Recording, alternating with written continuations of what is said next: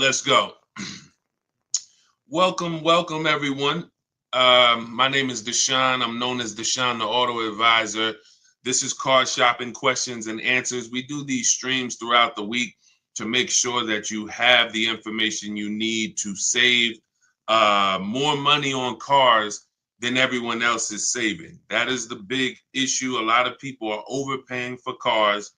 They don't know it, but we know it. And so I spent 14 years in the car business. So now what our mission is to make sure that you have the information you need to not just save a lot of money, but also save a lot of time. You don't need to spend more than 20 to 30 minutes in a car dealership at any time to save thousands and thousands of dollars. We've proven this, and that's what we're going to be going over. So the first thing we want to do, welcome to all those on Facebook, welcome to those on Instagram, welcome on YouTube, and welcome on TikTok. I want to go over as we, you can start to get, as I break this down, ask your questions, and we'll certainly get to your questions as we go through it. No questions off limits. But I want you to know the 7-step process that we've been using for 3 years that I really learned I learned this from being in the car business.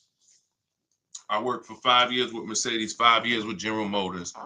And we developed a system where you can get below market deals, which will save you thousands and you can do it from home.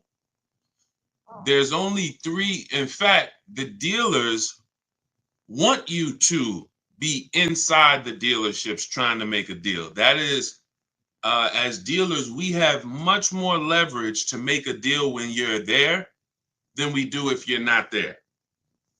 So the first thing you want to unlearn today, right now, is that you don't need to be in a dealership to save thousands of dollars. In fact, the only way you're going to guarantee you save thousands of dollars is to not be in the dealership, and it's to shop from home.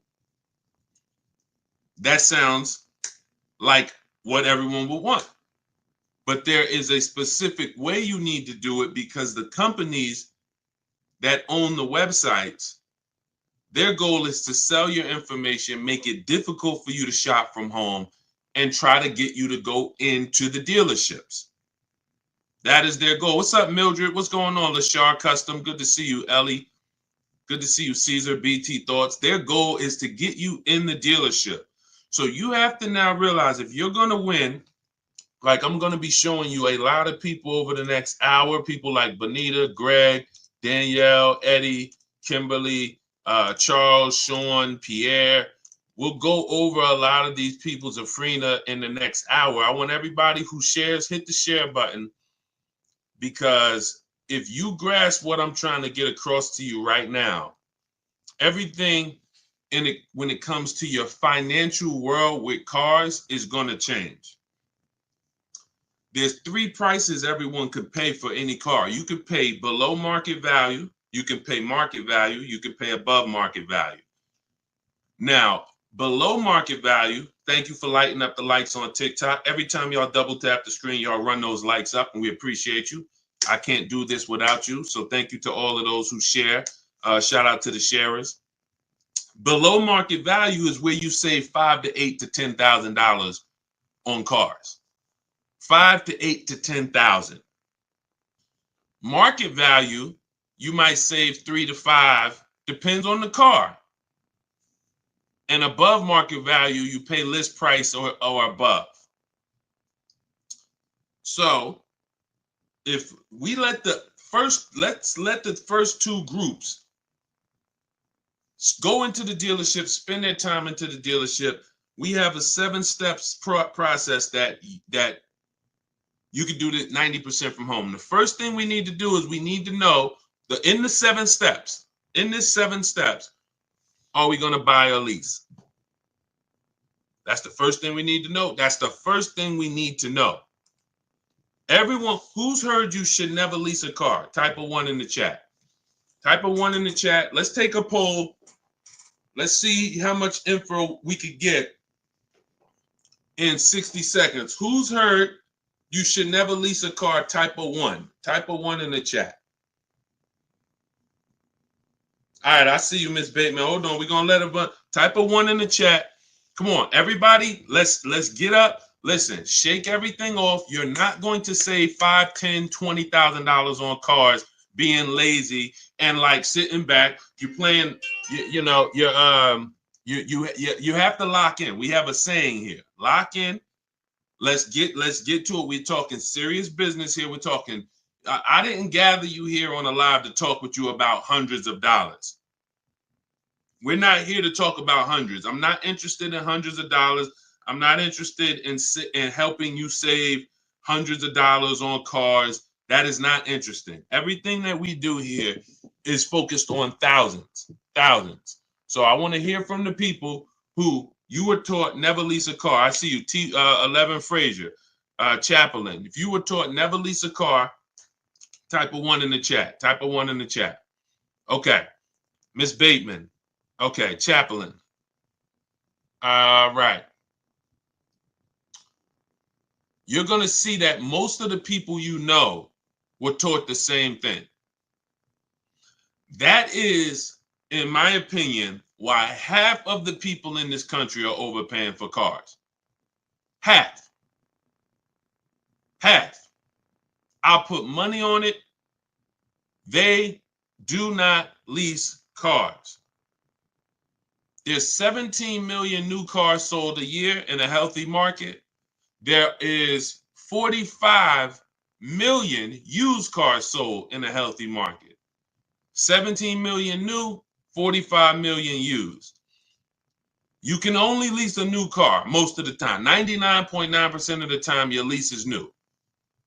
So when you're leasing and you learn about how to get below market leases, you're going to be driving really nice, expensive cars, $30,000, $50,000 cars, and you're going to be, when you get great deals on them, you're going to be paying hundreds and hundreds of dollars less every month than these people who are paying, or who are, hold on, I had to put my phone on Do Not Disturb, than these people who are out here buying these cars.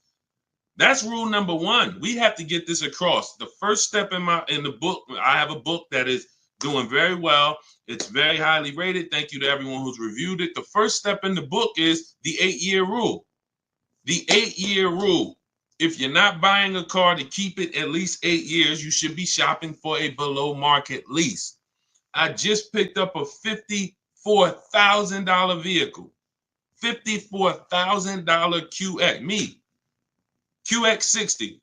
I gave them $1,200. My payment's $499 a month. Every lease I've ever had has been what we call a 1% lease deal. We can't, when you have, we'll get to that. I see you have bad experience leasing. We're going to get to that. I'm glad you said that. Remind us to come back to that. Nothing we can't get to the next stuff. We can't get to how to shop dealers and get thousands off until we get past knowing we should be leasing cars if we're not keeping them 8 years. This is rule number 1. I'm paying $499 for a $54,000 car. Deshone, well, I drive 15,000 miles per year. Well, if I wanted to drive 15, I would be paying, instead of $499, I'd be paying probably $530, and I'd be driving 15,000 a year. Deshone, well, I drive 18,000 a year. Okay, I'd be paying probably $560, and I'd be driving 18,000 miles a year. It's not about how much you drive. The people who taught you about leasing, they owe you money. They have cost you thousands and thousands of dollars that you can never get back, unfortunately. But I'm the bad news first person.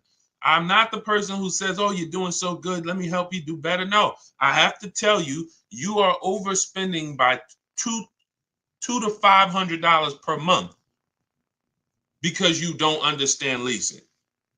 $200 to $500, and you're driving older cars 3-year-old cars, 5-year-old cars, 7-year-old cars for the same prices, where if you just learn how to get great lease deals, you could be driving them with no money down. Let's get this out the way. Everything I'm teaching is in my new digital book. It's called Cars from Home, 7 Steps to Saving Time, Money, and Avoiding Dealerships. We are talking about step 1, the 8-year rule. If you are not buying your car to keep at least 8 years, you should be shopping for a below market lease deal, not a purchase.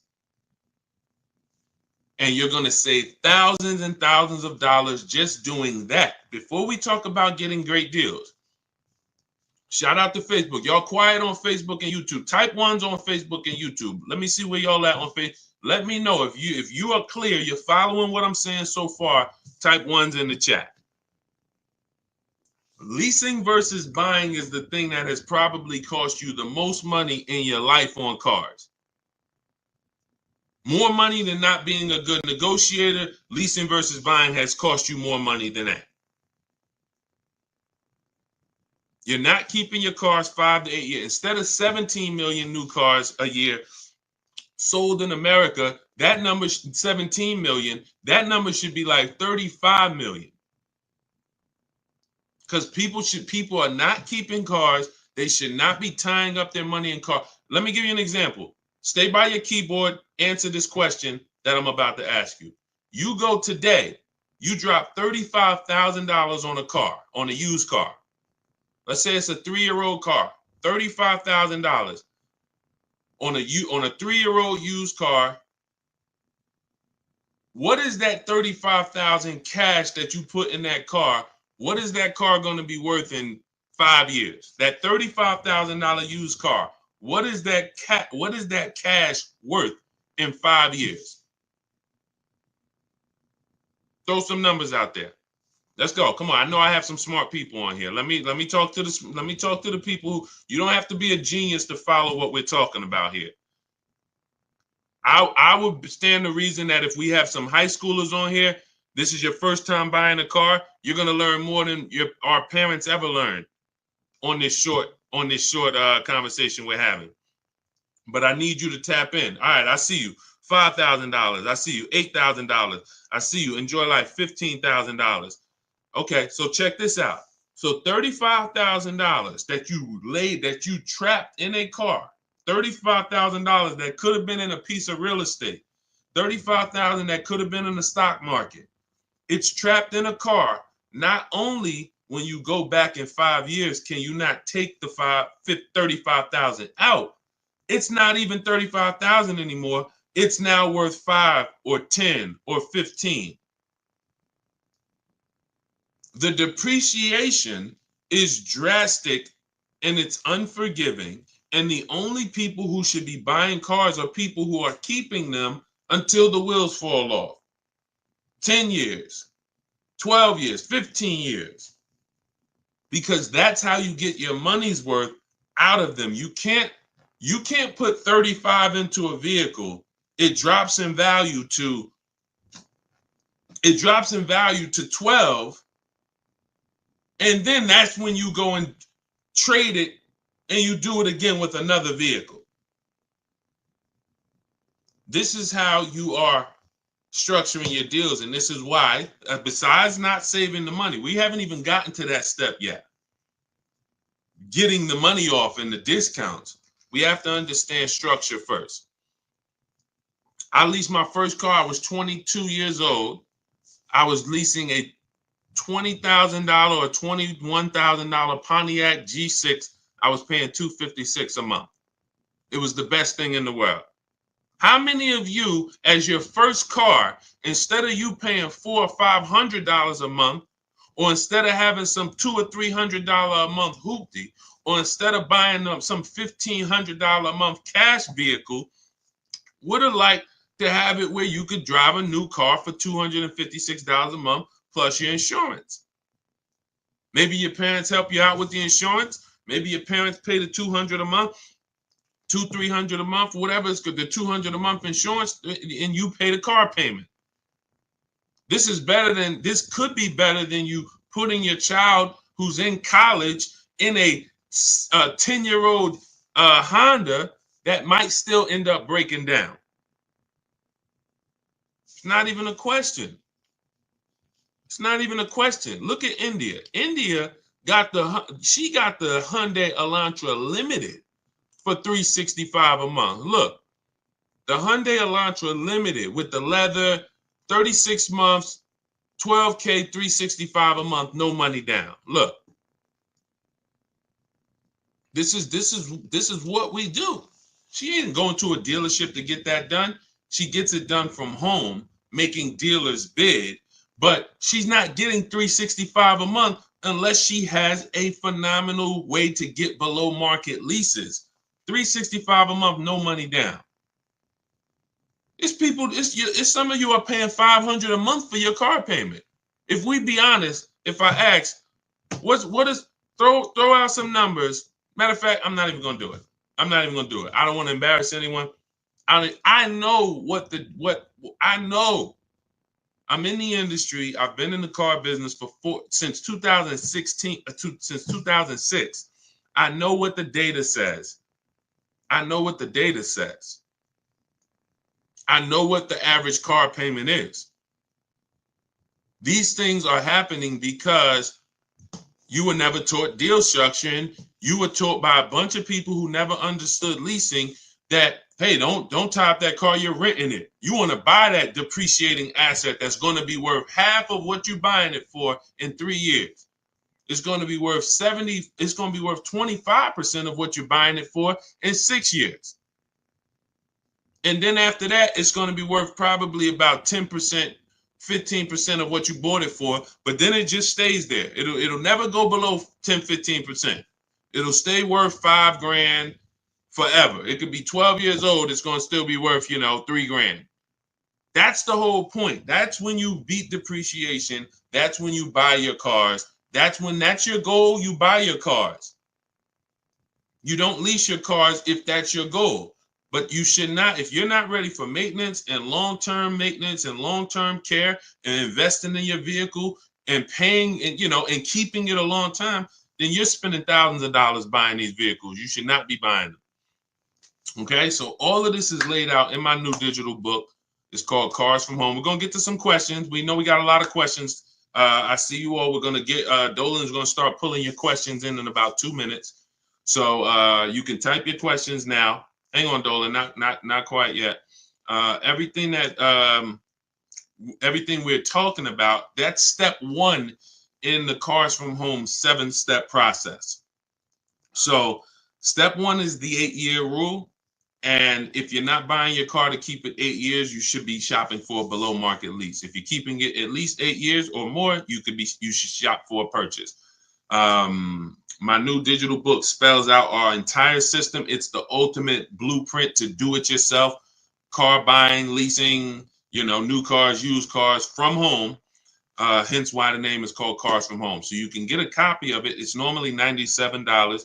You can get a copy as part of my welcome offer to you. You can get it for 75% off, but it's only for 30 minutes. So you can get to my TikTok bio. As long as the timer hasn't hit 0, click the button in my TikTok bio. There's a link there in my Instagram bio, the YouTube comments, or the Facebook comments. And as long as you get there before the 30 minutes, you get a copy of Cars from Home.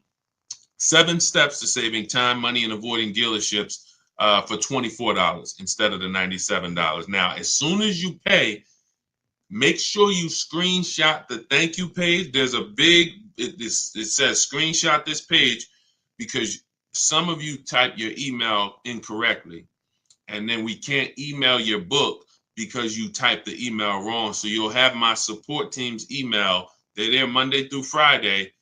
Reach out to them, get your book, but try to type your email in correctly. We deliver a lot of books. The system works. And you'll also, on that same page, have the link to open the book. So you might want to save it right there to your phone or to your computer. So you'll get it, 2 ways. Okay, so go grab your copy before the 30 minutes is up. You get it for $24 instead of the normal $97. Now, $97 is still worth every penny. This will be the most valuable book, one of the most valuable books financially you've ever owned. That is my guarantee. And you can read the reviews online. Okay, let's go, Dolan. Bring in the first couple questions. You guys can start typing. Start typing your questions if you have them, and we'll start getting to as many as we can. When the lease was up, took the car in. They said I wasn't qualified to purchase the vehicle, yet they sold me another used car. Later was sued for damages for a car I never had. There's a couple things here that look pretty bad. Let's start from the beginning. When the lease was up, took the car in, they said I wasn't qualified to purchase the vehicle. So if you had some credit challenges, you may have not been qualified to buy that vehicle with a traditional bank. But they maybe they tried to put you in a car that you didn't want, that they could get you approved on. And so what happens is, you didn't want the car, but that's the only car they can get you the loan on. And so that ends up being a bad experience for everyone, because you're now taking a car, you didn't see the market, you didn't see your options, and now you have a bad loan. You don't have a chance to shop the market. Part of why you're overspending, and this is the case for many people, you're not shopping the market. You're not seeing 5 to 7 offers for your loans. You're not seeing 5 to 7 offers before you buy a car. You're not seeing 5 to 7 offers before you trade your car. That's most of the problem. You're not shopping the market. This is all things that can be done from home. That's what we teach, but it's simple to do. You just have to unlearn that old process of what you were taught.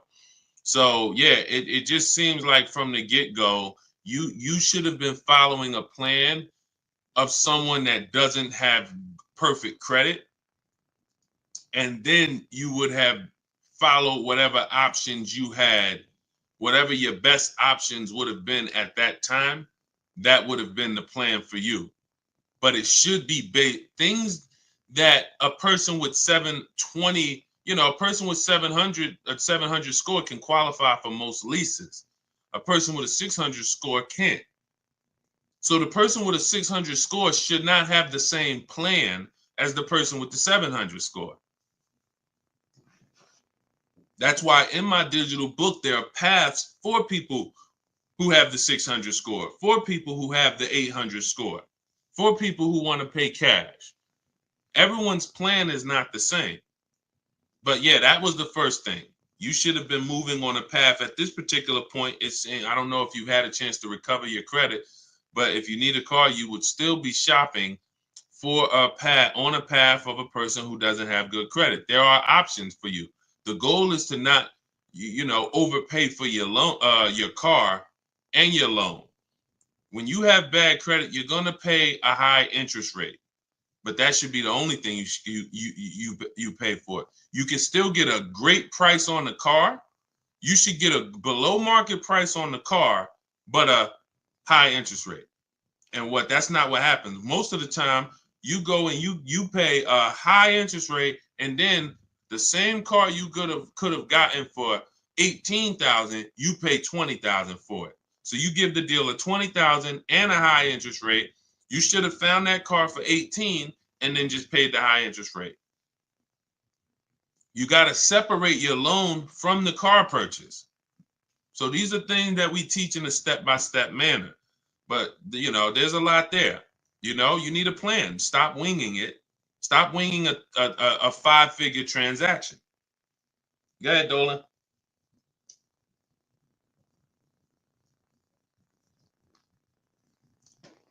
If I lease a 2020 Toyota RAV4, what should my payment and residual be? We don't focus on residual.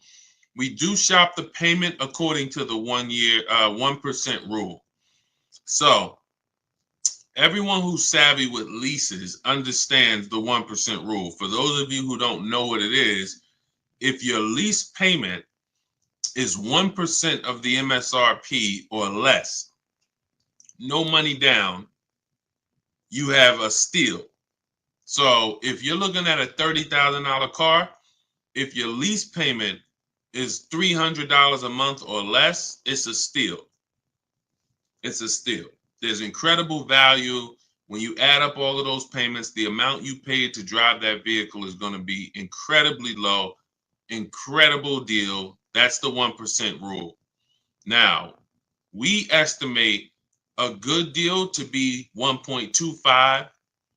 1.5 is where we cap it. So I created the 1.5% rule when it came to bad lease deals, because we knew about the 1% rule, but we didn't know about bad lease deals. And I just saw, especially during the pandemic, but almost any time, people driving around with leases and they've overpaid for them. And now they don't see any benefit in leasing. They say, well, I might as well just buy because the payment I'm paying is almost the same as a purchase. Yeah, that's because you overpaid. It shouldn't be that way. I'm paying $499 a month for my Infiniti QX60. That vehicle to purchase on a 6-year loan, even a 5-year loan, $54,000 vehicle, say big discount, let's say 50, 45, that's $900 a month minimum with no money down. Minimum. I'm paying $499. It's not even close. So yeah, when you're not getting below market lease deals, you can't. Yeah, you drive. Now if I took that same price and I put the 1.5% rule in, where you take the MSRP, you take the total MSRP. Whenever you look at a vehicle that you're thinking about leasing, you want to take the total MSRP. Let's say it's $40,000, and then we know what the 1% rule would be: $400 a month. So 1% rule would be $400 a month. That means if I could get that vehicle, no money down, 12,000 miles per year, $400 a month. Now I want to go to the 1.5% rule. Take that same 40,000, multiply by 0.015. That's 600. So 600 is the max where I'm walking away from the deal. There's no value there if it's above 600. It's just no value. We add up all of those payments, $650 a month times 3 years. We never do a 4-year lease. We're paying too long for a vehicle that we're giving back. Too long. So these are the parameters we use to make sure, to guarantee that we're getting the best deals in the market. Now we got the 4. So now what I would do if I'm looking at a $40,000 vehicle, I know that my range for a deal is $400 to $600 a month. That's what I know. No money down. I'm looking for that deal to be somewhere between 4. Now, you're not going to look. You have to. We do it easily because we shop from home. You got to get 5 offers to know what the bottom of the market is. You're going to hear me. You're going to hear us discuss here in this community, because this is a community. We've got thousands of people who've used the Cars from Home system for the last 3 years since we came to TikTok. This is a community, but there are people who take it more serious than others. And the people who take it more serious than others, they get way better deals. See, you can't get, let's look at Zafrina. Zafrina got a 0.88% lease. This is one of the best lease deals I've ever seen. Look, it's a $66,000 truck, $65,950. So $66,000 truck, she's paying $579 a month.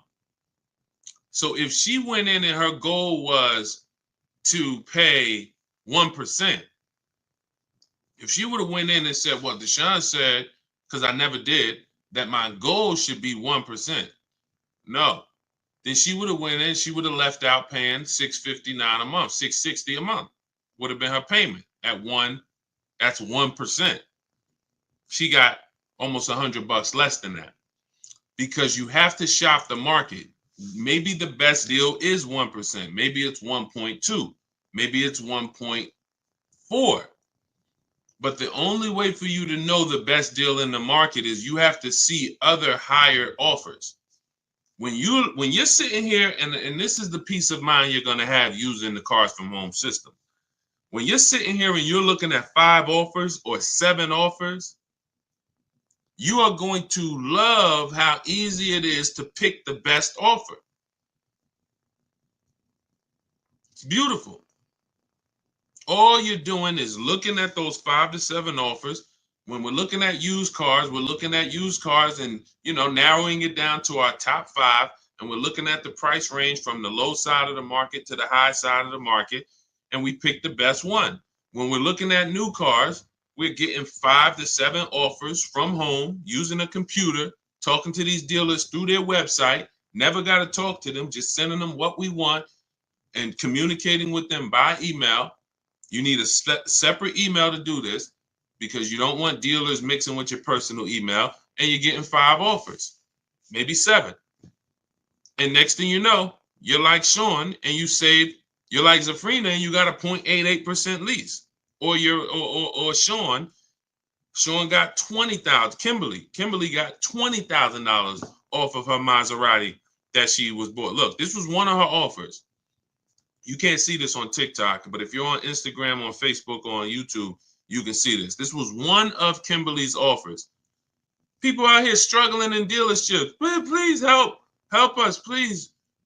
Struggling. Look at what she's doing from home. $86,000 Maserati. Total savings, $20,700. Saving more money from home than somebody could ever negotiate. This is how you get the best deals. It happens from home. So everything that we're teaching, everything we're talking about is in my new digital book. It's called Cars from Home. 7 Steps to Saving Time, Money, and Avoiding Dealerships. It's already 5-star rated. You can Google it. Thank you to everybody who has taken the time to review the book, to rate it on Goodreads. It does mean a lot. And the book's normally $97. It's a digital book, so you can have it in your inbox immediately. But as part of my welcome offer, you can get your copy for 75% off, which is $24. But it's only for 30 minutes. So if you get to my TikTok bio, my Instagram bio, the YouTube comments, we have or the Facebook comments, you can get your copy for $24. Now, also what you'll see there is for those of you who prefer a done with you type learning, you would rather work together with me. There's an option in there for you guys to look into that. Depends on, now, everyone's not going to qualify for that. In my book, that's the blueprint for everybody. Bad credit, high mileage drivers. Ask questions because we haven't, Dolan, I know you got more questions, so we'll get to them. But hold on, keep that there. But I want you to know the blueprint for bad credit is different, than the blueprint for high mileage drivers. If you drive 18, 20,000 miles per year or more, there's specific things you cannot do. You're losing way more money. Way more money. Thank you, Sailor Moon fan. Great cartoon, by the way. Great name. You're losing way more money than the average person is losing. All of the losses I just talked about, you high mileage drivers, you are losing thousands more than the normal people because you're depreciating the car way faster than everyone else is. So there's specific strategies on how you want to approach your car purchase in there. Negative equity. Some of you bought cars in the last 3-4 years that you need to replace or you're trying to replace, and you have, $3,000, $5,000, $10,000 in negative equity. That's a specific strategy. Some people don't have to deal with that baggage. So this is why the book, the blueprint, is everything you need to get below market deals. But for those of you who would like to shop with me and look at coaching, you see me share a lot of the people who work with me in our Facebook group. We have over 1,500 people in our Facebook group in the last 3 years. You can get that information by clicking the same link in my TikTok bio, Instagram bio, the YouTube comments, or the Facebook comments. But you're going to click the link that says shop with me, Deshone. So other than that, let's bring in, but that wraps up your question. We don't focus on residuals. We focus on shopping by the percentage when we're shopping for a lease. Specifically, we are focused on shopping by the percentage. When we review our offers, we're reviewing them by the percentage in comparison to the 1% rule. Okay, great question. Go ahead, Dolan. Shout out to the sharers. Shout out to everybody who's hitting the like button. We appreciate you. Let me take some time and shout out the sharers on TikTok is the only platform that shows me the sharers. Thank you, Denisha Gills. Appreciate you sharing. Elizabeth Lewis, thank you for sharing. Appreciate you, Baby Skate. Thanks for sharing. Silas Richardo, thanks for sharing. CJ, thank you for sharing. Cookie Monster, thank you. Thank you for sharing. Appreciate you. Thank you, thank you, thank you so much. Okay, thanks for sharing the broadcast. If anybody else shared, I appreciate it. But TikTok, that's the only, they're the only ones that show me the names of the people who shared. Okay, Wilfredo, still reading the book, by the way. Awesome. We'll pull, if he had a question, let's pull that in as well. All right, Jaleesa speaks. Is there any car brand that you would deem to be most liable and or the best long-term investment for transportation? Well, there's several that have a history of long-term reliability. Honda and Toyota, they have led the quality, two things, quality and low cost of ownership. They've led those charts for so long, Honda and Toyota. Now, if you say, well, you want to go with something a little more fancy, then you would go Acura and Lexus, which is Honda and Toyota's luxury brands. Now, at the same time, if you're open to other vehicles that have a long warranty, Kia and Hyundai have the longest warranty in the industry, and they're making some incredible vehicles lately. They're really, really penetrating the market. I mean, Hyundai and Kia they've become, probably from sales wise, Mazda, the growth of those three brands has been incredible. And it's because I think they put a lot of quality into, they try to put a lot of quality into the vehicles. Their styling is great. They're leading when it comes to how they style and design their vehicles. But but we would not make a decision. This is part in our 7-step process, in the Cars from Home 7-step process. We have a step 4 is something we call shopping, not buying, and we do a quality assessment on these vehicles because any vehicle could have bad DNA. Bad DNA means it's going to have problems because that's the way it was made. And it has a high likelihood of having problems because that's the way it was made. You know, if the 2022, and this is year specific, who's heard never buy a vehicle the first year they make it? Who's heard that? This is a saying that, you know, it was wisdom from back in the day. Who's heard that? Never buy a vehicle the first year that it comes out. Who's heard that? Okay, so this is a common thing. So now when you consider, well, you don't even want to buy a vehicle the first year the transmission is, you know, if a vehicle has a new transmission, if a vehicle has a new engine, if a vehicle has a new suspension or steering system, all of these are things that could be problematic. So that's why we always want to check and type in the specific name and the year of the vehicle we're looking at. So Jaleesa, if you're looking at the Cadillac XT6, you would type in 2020, whatever the year is, 2022 Cadillac XT6. If you're looking at a new one, you would type in 2024, 2025 Cadillac, 2026 Cadillac XT6. That is what you're doing. And you're then putting reliability. So 2025 Cadillac XT6 reliability. You know, that's going to tell you if there's any public data that should be alarming, any red flags. You're just going to skim the first page of Google. Once you skim the first Google page, that'll tell you what you need to know in most cases. Just look at the articles. Do you see anything that, you know, stands out? You know, electric problems, you know, lower than average reliability scores. You want to do this for reliability and initial quality. 2024, 2025, 2026 Cadillac XT6 initial quality. This is so simple. These things I'm telling you, because we get cars in 90 minutes, 2 hours. We get these deals.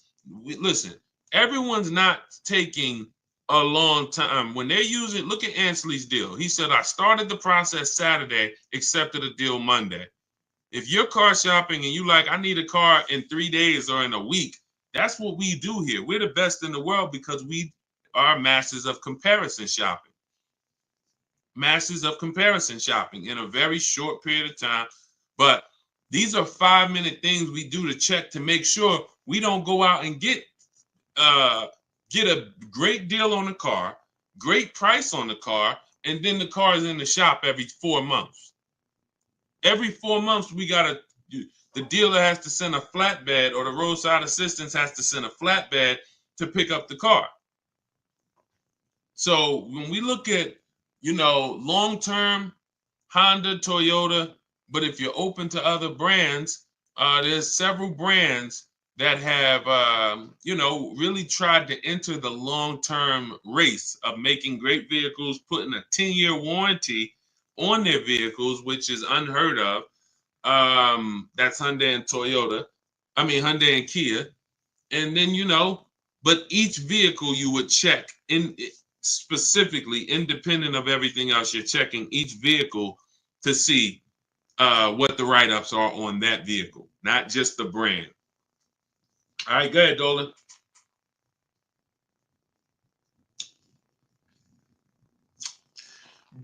Brand new to you and you're live.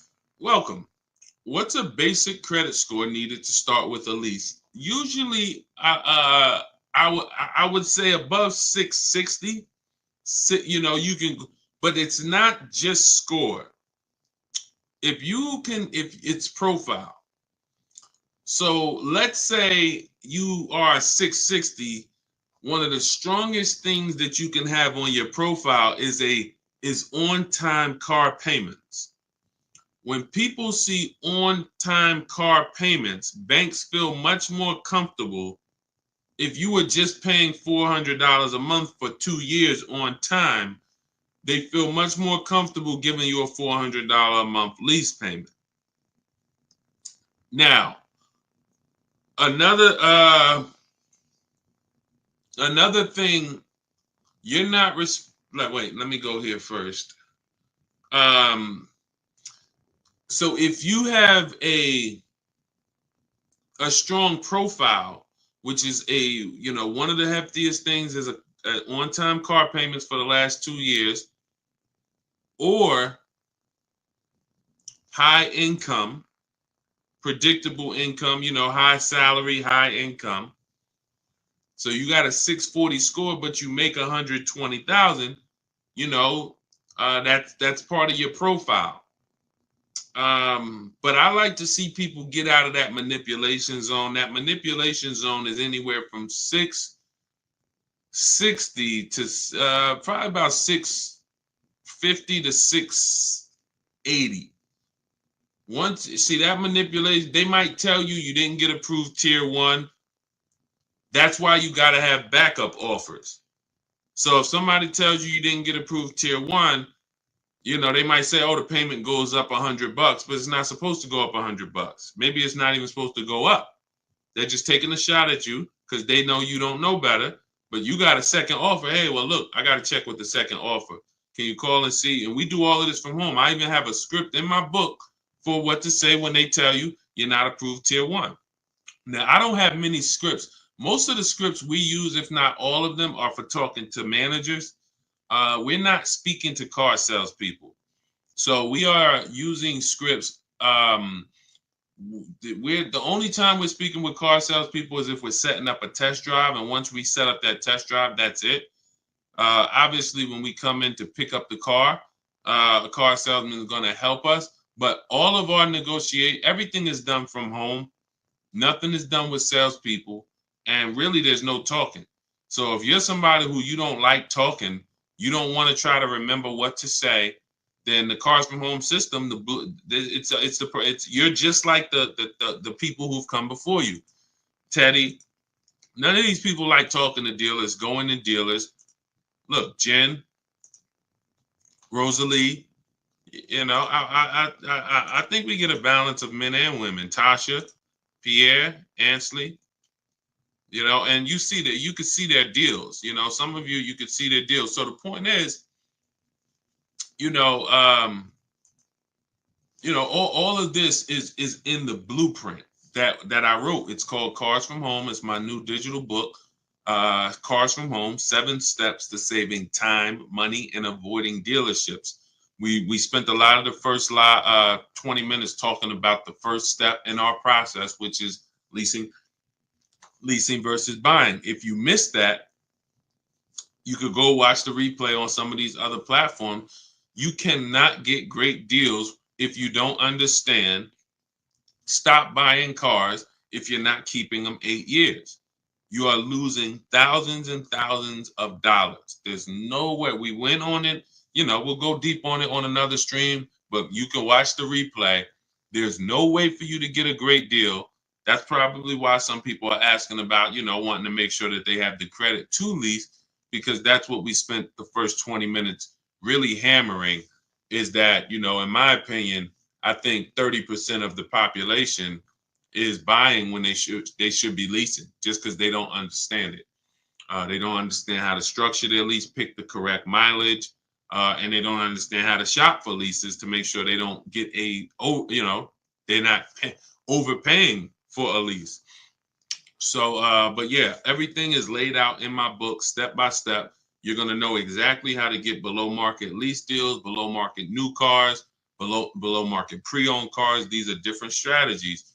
Bad credits in there. You don't have to worry. You have an exact path for if you have bad credit, high mileage, negative equity. And normally the book's $97, but as part of my welcome offer, you can get yours for the next 30 minutes for $24, 75% off. That's my welcome offer for 30 minutes. So go grab yours. In my TikTok bio, there's a link. My Instagram bio, there's a link. The YouTube comments or the Facebook comments, get there before 30 minutes. You got your copy for $24. You can see by the reviews, if you Google the book and read the reviews, the book is worth every bit of $97. But, you know, if you get there before 30 minutes is up, $24 is better. Make sure as soon as you pay, you screenshot the thank you page. Sometimes you type your email wrong. We're going to email you a copy, but we have a great email system, but sometimes the email is wrong. Make sure you check your spam for the book. Sometimes if you don't see that book in 5 minutes, check the spam or the junk folders. But then you'll also have my support team. As soon as you buy the book, screenshot that page that has my support team's email. Monday through Friday, reach out to them, and they'll make sure you get your book. You also, lastly, as soon as you pay, there's a link for you to open your book right on the page there. It'll say, click this link to open your book, and you can save it right to your phone or to your computer. Okay, for those of you who want to look at shopping and seeing if you qualify to shop together with me, we have a program where you can just go to those same links and you can hit Shop with Deshone, see if you qualify, and watch that short video, and then we'll let you know if we can work together in a different learning format. We always like to say, we're going to make sure the information is available for you, but everyone learns differently. Some people, you're a do-it-yourself person. Some people, you're a do-it-done-with-you person. You like to do things with community. That's why we have over 2,000 people with you that have come before you. We have over 1,500 people in our private Facebook group. We have dozens of people on our private Zoom calls. That might be better learning style for you to learn the Cars from Home system. It doesn't matter. You might be able to just sit and watch the lives and just watch our live stream, put it together, piece it together, and you're getting below market deals that way. It doesn't matter. We just want to make sure that you have what you need to get below market deals. All right. Go ahead, Dolan. Let's go. If asked, would you go with someone to purchase a vehicle? So we actually have, we're testing a new program. It's not even a test. We've tested it already twice in the last 3 years. We have to make sure, we had to make sure before we launched this done for you solution that we had the team and the staff. So that program is not a program that we can let everyone into, and it's not a program. It's sometimes we're going to have to close it because we can only take a few people at a time. But if you go to those links, you'll also see a button that says shop for me. You can also visit the same links in my YouTube comments, Facebook comments, the TikTok bio, or the Instagram bio. You'll see a button that says shop for me, and that you can book a call. You book a call with the team and see if you qualify for the shop for you. So as I said, there's no excuse. There's no excuse for anyone to be overpaying for cars at this particular point. You have tons of free information that I'm going to put out. You can get your questions answered on this stream. You can write all of this stuff down. You can watch 30 live streams, piece it together, and you will get the same deals that you're seeing a lot of people get that I share, and the same deals I'm going to get. Or you could get the blueprint, get your copy of Cars from Home, 7 Steps to Saving Time, Money, and Avoiding Dealerships, and you have the written blueprint step by step for all types of car deals, leases, purchases, new cars, everything. Or we could do it for you, or we could do it with you. There's no excuse for you to be out here having anxiety concerning car buying anymore and overpaying and having buyer's remorse. Okay, go ahead, Dolan. Do you have to have a long credit line to lease a car? No, again, like I said, you want to try to be between you want a minimum, you want to try to be between 650 and 680. That's going to help you qualify for most mainstream lease programs. But the stronger your profile, if you have a car payment that you've paid on time for 2 years, or you have a home mortgage, that's going to, in the 650 to 680 range, that's going to really help you to stay out of the manipulation zone. Anything above 680, though, you're usually getting tier 1, no problem on most leases. So, yeah, great question. Go ahead, Dolan. Thank you for running the likes up. Every time y'all tap the screen on TikTok, you'll see those likes continue to go up. And TikTok tells more people about the show, brings more people to the stream. We help more people save money. And we help people unlearn what the car business has been programming us to do for all of these years. So thank you. Continue to double tap the screen every time you hear something that you like. And, hitting the like button does matter. Appreciate you. And shout out to the sharers. Welcome to the new followers. I see you. Welcome, R. Timmel. I see you. Welcome to the community. Toy for real. Thank you. Welcome to the community. Luna, Oz, welcome to the community. I see you. Cam, welcome to the new followers. Shout out to the people who just followed the movement. All we care about here is making sure that you pay less than everyone else for cars. Hi from Mississippi. Good to see you. Shout out to hi from New Jersey. Great to see you. Hello, Mississippi. All right. Is the last week of the year a good time to get a good deal on a car? It's a good, no. And let me tell you this, yes and no, but I'm going to say most. Here's the thing.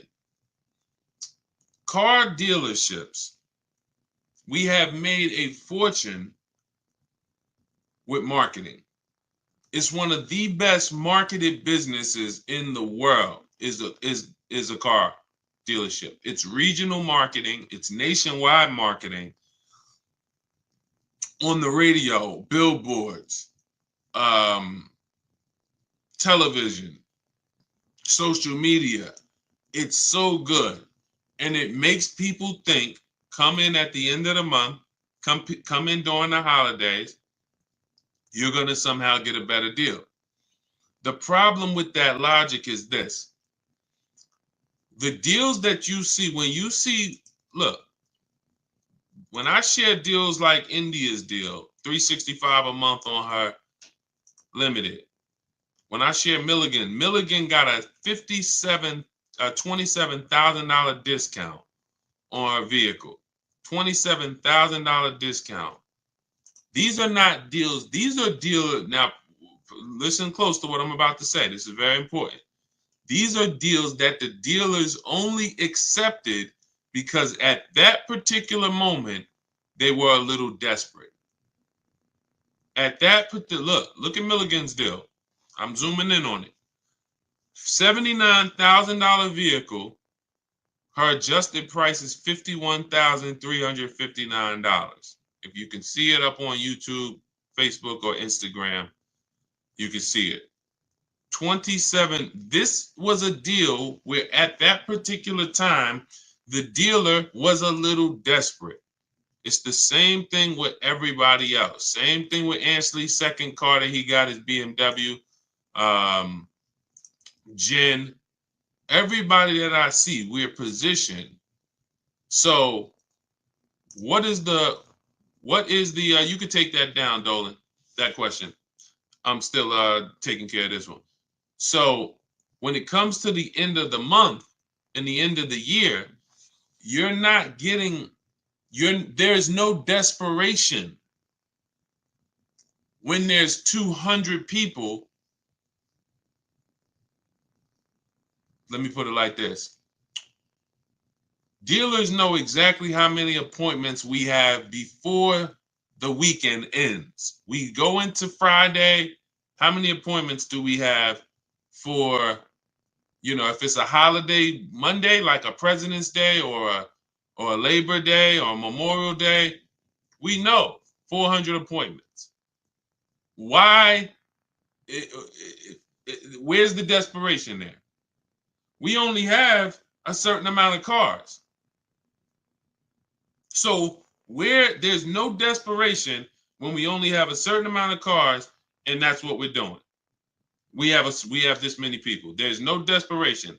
That's why you're not getting a better deal when you have somebody right behind you who could pay more money for that car if you don't accept the price. Hey, listen, Mr. Jones, sorry if you don't want the car at this price, but look, you see we got a showroom full of people. It's a big sale. We got people walking out. There's nobody to help them. Listen, if you don't want the car, no problem. You can think about it. They're rushing. There's no desperation. The car business has done a great job of doing that on Saturdays, holidays, end of the year. They're going to pack the showrooms. They're going to sell their cars. There's no desperation there. All right. So no, this is all about what you want to do is position yourself. Let us show you how to position yourself in the market, get the questions answered that you need answered. Make sure that whether you're buying a new car, used car, or a lease, you are positioned and you know the market. You've seen the 5 to 7 options so that you are paying less than everyone else. You're guaranteeing it. You're not hoping. You're guaranteeing it. There's a very big difference between using the Cars from Home system to shop the market so that you can guarantee savings, guarantee the biggest discount, than going in and negotiating with one dealer or 2 dealers. We're going to show you how to negotiate online with 25 dealers without ever talking to them.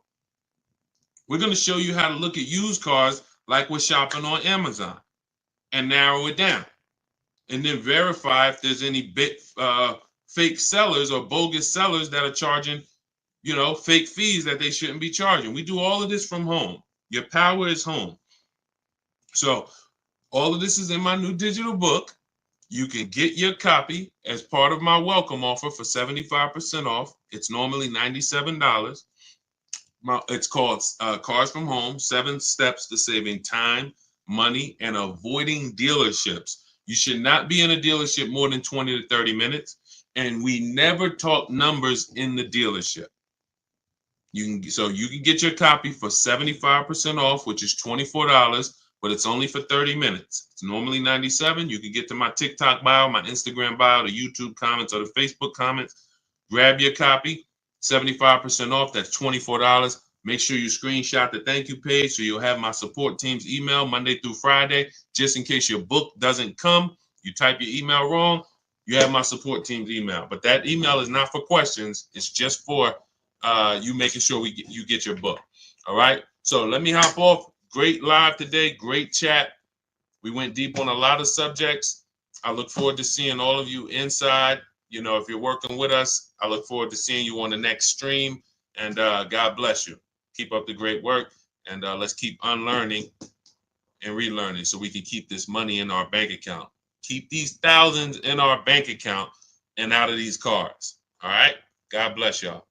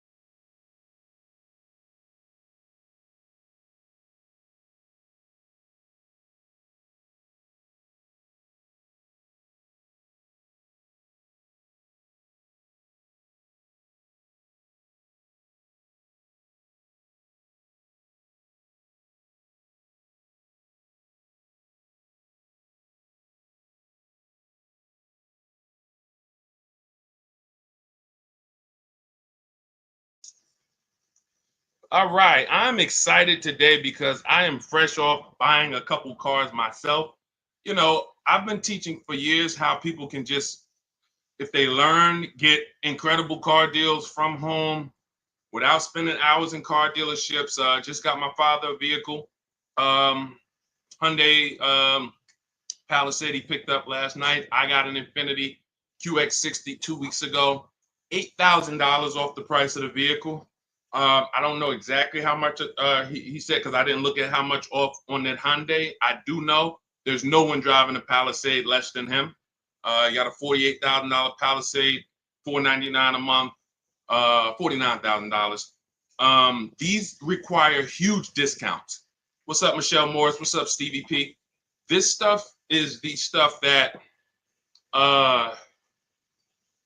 we literally, even as my dad was picking up the vehicle, he was just like, man, you really do this stuff. And I'm like, and I've gotten cars for him for years, you know what I'm saying? I've gotten cars for him for many years. But to see that many of you, here's your problem. You're totally impatient. I want to help you through that. That's why every time you see me, you see unlearn, relearn.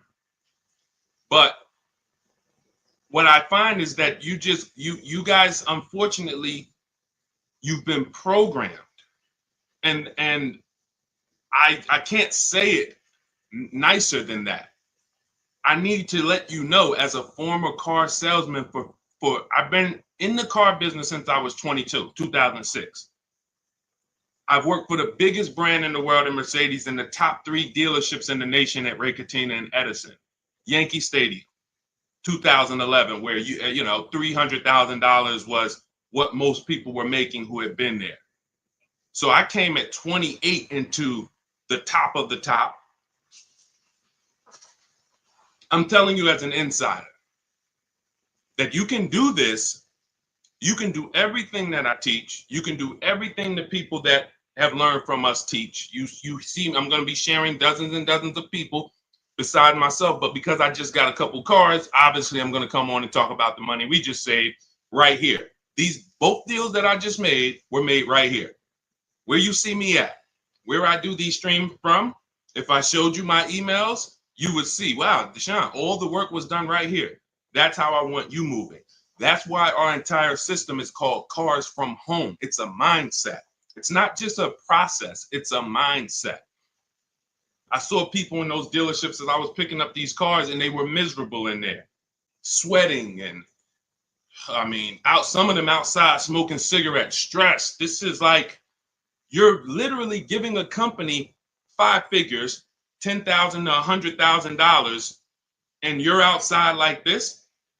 So what we're going to talk about over the next hour is the Cars from Home system, how it's been. This is proven. What we got to get you to is to where you believe in yourself.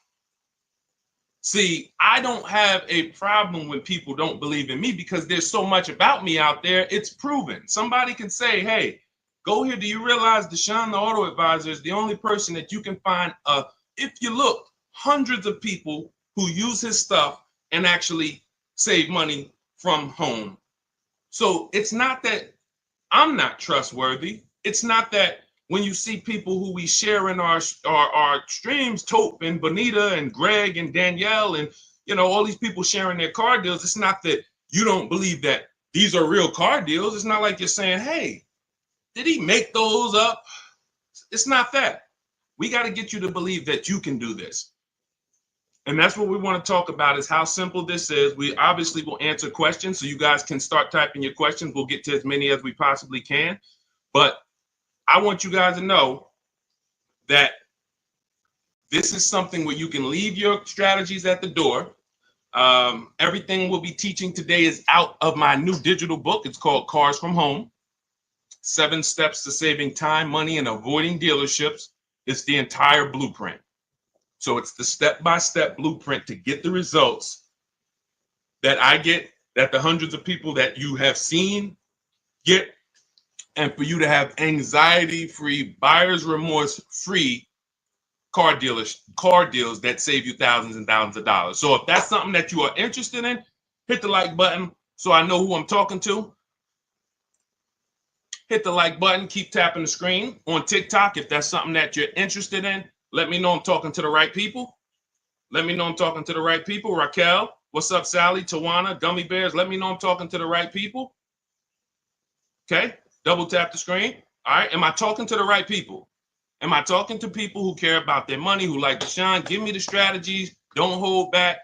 Let's do this. I care about my money. I see it. All right, y'all keep running those likes up. Okay. While we're on the stream, you guys can get your copy of Cars from Home, 75% off. It's normally $97. That blueprint that I'm going to be talking about, it's in my TikTok bio. It's in my Instagram bio. We put a link in the comments on YouTube and a link in the comment on Facebook. That's going to get you 75% off. So you won't pay the $97. You get there before the 30 minutes is up because it's only for 30 minutes. You get it for $24. It'll be in your inbox by the time we finish the show. And you can also now screenshot that thank you page. And you'll see as soon as you pay, there's a link at the bottom of that page to open the book. So you can save it there, save it to your computer, but I also email you a copy. Okay, Dolan, let's get the first question in. Guys, you can keep typing your questions as we go through the show.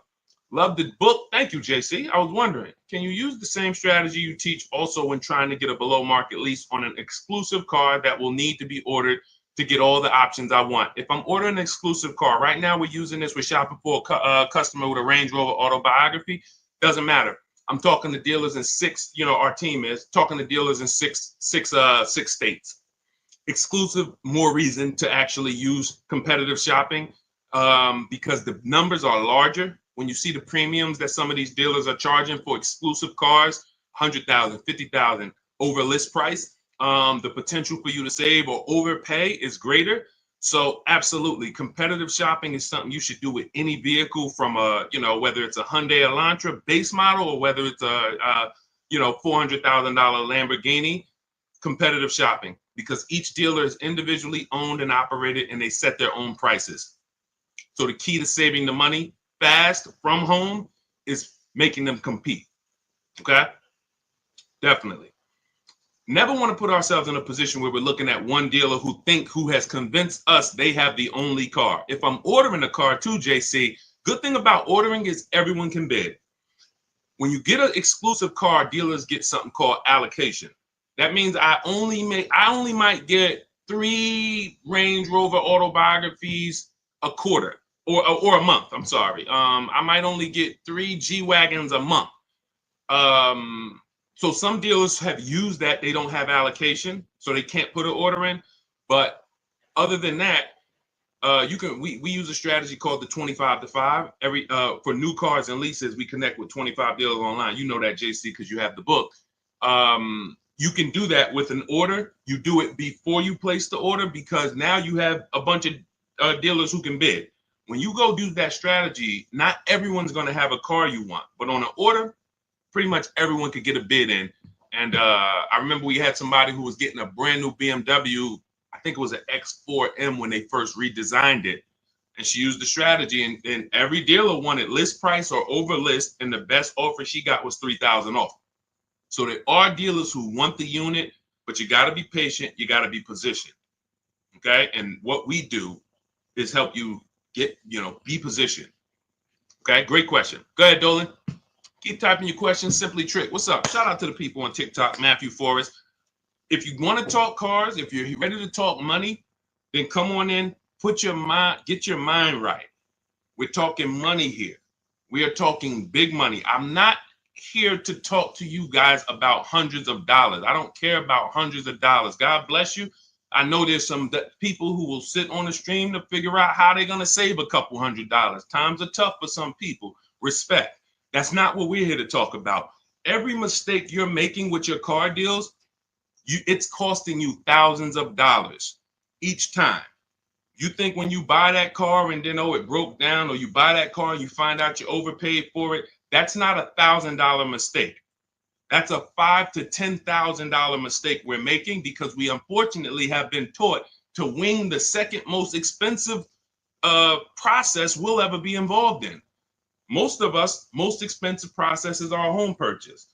But all of us, even some of us, you haven't bought a home, you can see cars have been your most expensive purchase in life. And unfortunately, the industry has taught you to wing it.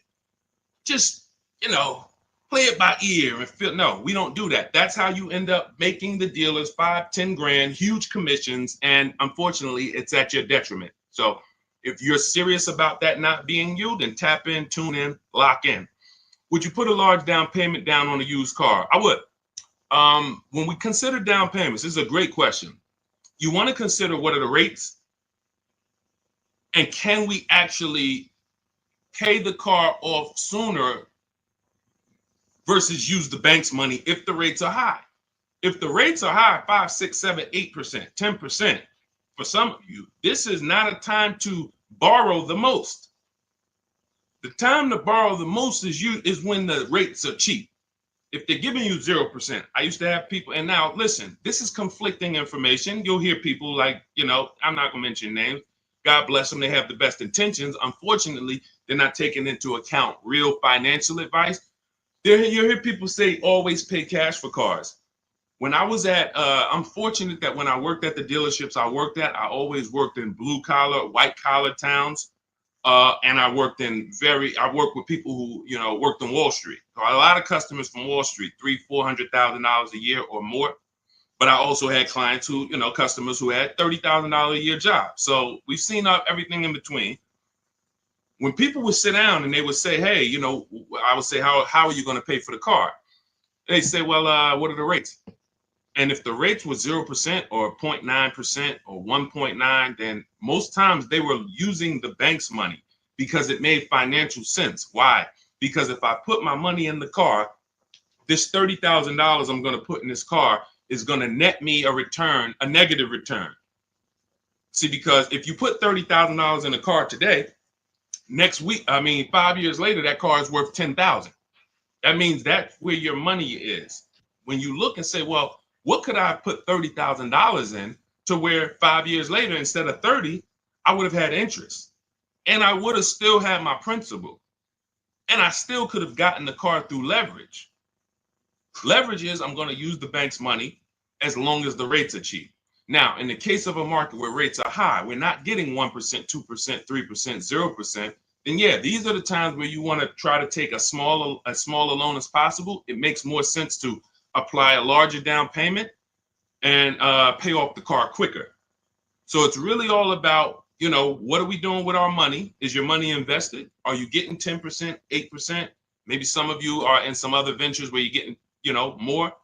If that's the case, it's not going to make any financial sense for you to put more money in the car, because you can put that money in other places that's going to net you a bigger return. So again, one thing about me is I don't teach one size fits all car buying advice. I asked you a couple questions. What are you doing with your money, and what are the rates? You might say, Deshone, they're offering 0% on this car I want. If 0%, then I would use the bank's money. I keep my money just on the strength of having my money. And then if you wanted to, if you have your money invested, why pull it out of something that's getting you a positive return to put it into something that's not even going to give you a break even? It's going to give you a negative return, and it ties up your cash. So these are the conversations I've learned just over 14 years in dealerships, talking with very, very intelligent, financially intelligent, rich, ultra rich people. So if you want to move, you want to be rich, move like the rich. All of this is laid out in my book. I have a section specifically of comparing, about cash buyers, because many people who have been taught to pay cash, you don't realize that you could be missing opportunities, especially in the investment market where you're getting, some people's portfolios up 12, 13, 15%. They would never have that money in a car. Does that make sense? Everybody clear, type $signs. Listen, I need to know we're having a real financial conversation here. So I put on TikTok, everybody should be over 18. Listen, 16, 17, I wish they could be on here, but I don't want 14-year-olds on here. I would, obviously, the point is I'm trying to make sure I'm getting the crowd who can receive this information. If you're clear on that principle concerning rates as opposed to down payments, then type $signs. If you need me to clarify, then ask a question and ask me to go more deep. I don't want to go deep I don't want to move to the next question until I make sure that the people on the stream have, you know, so let me know. Y'all see, it, be clear, we want to go deeper on that?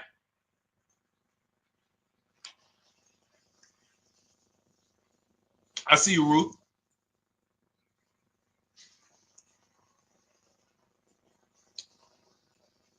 Okay. Listen, TikTok, I'm going to tell you something. The people that's on here, you are not going to get the most out of this casually watching. I just want to be honest with you. It's two people I can't help.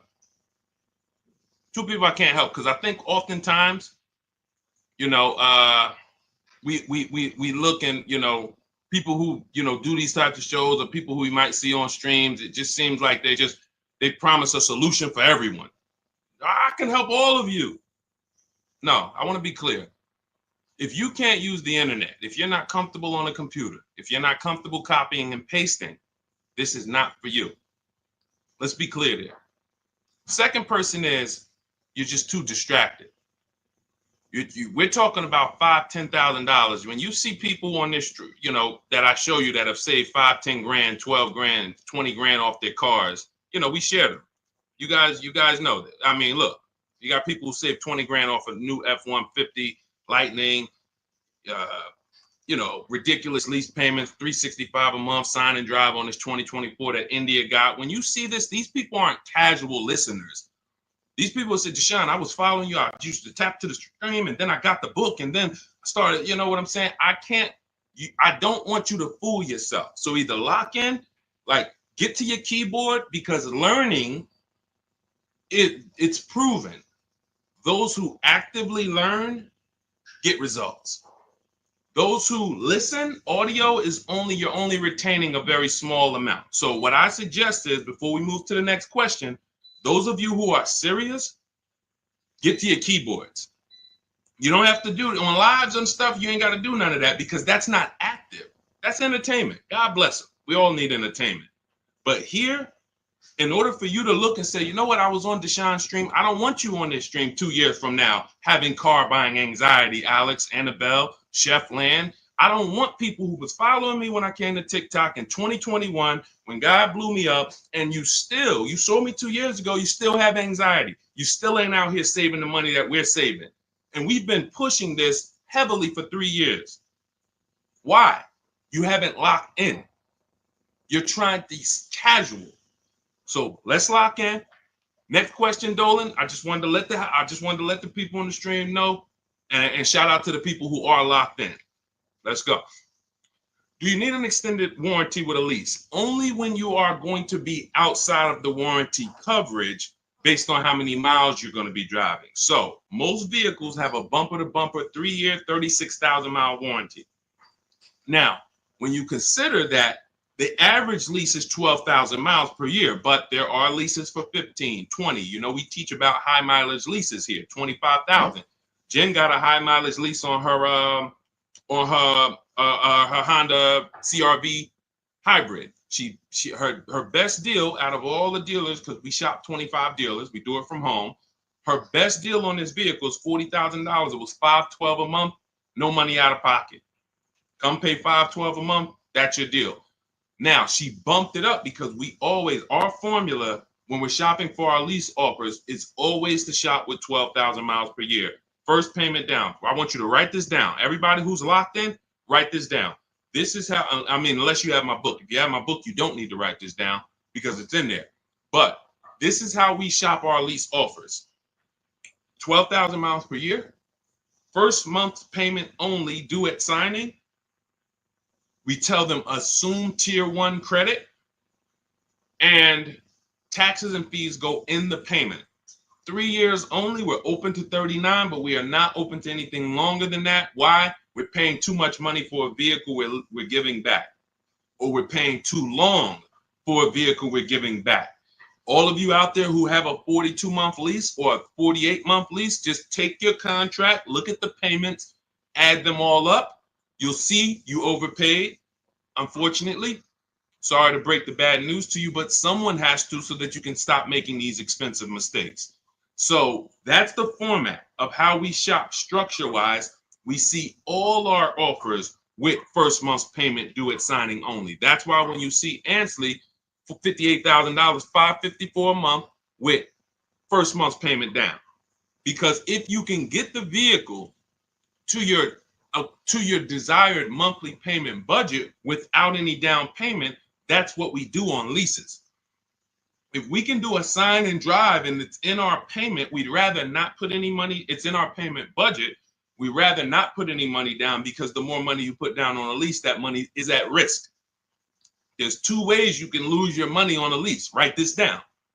If the vehicle is your down payment, if the vehicle's stolen, or if it's total. If it's stolen and they don't find it, or if it's total.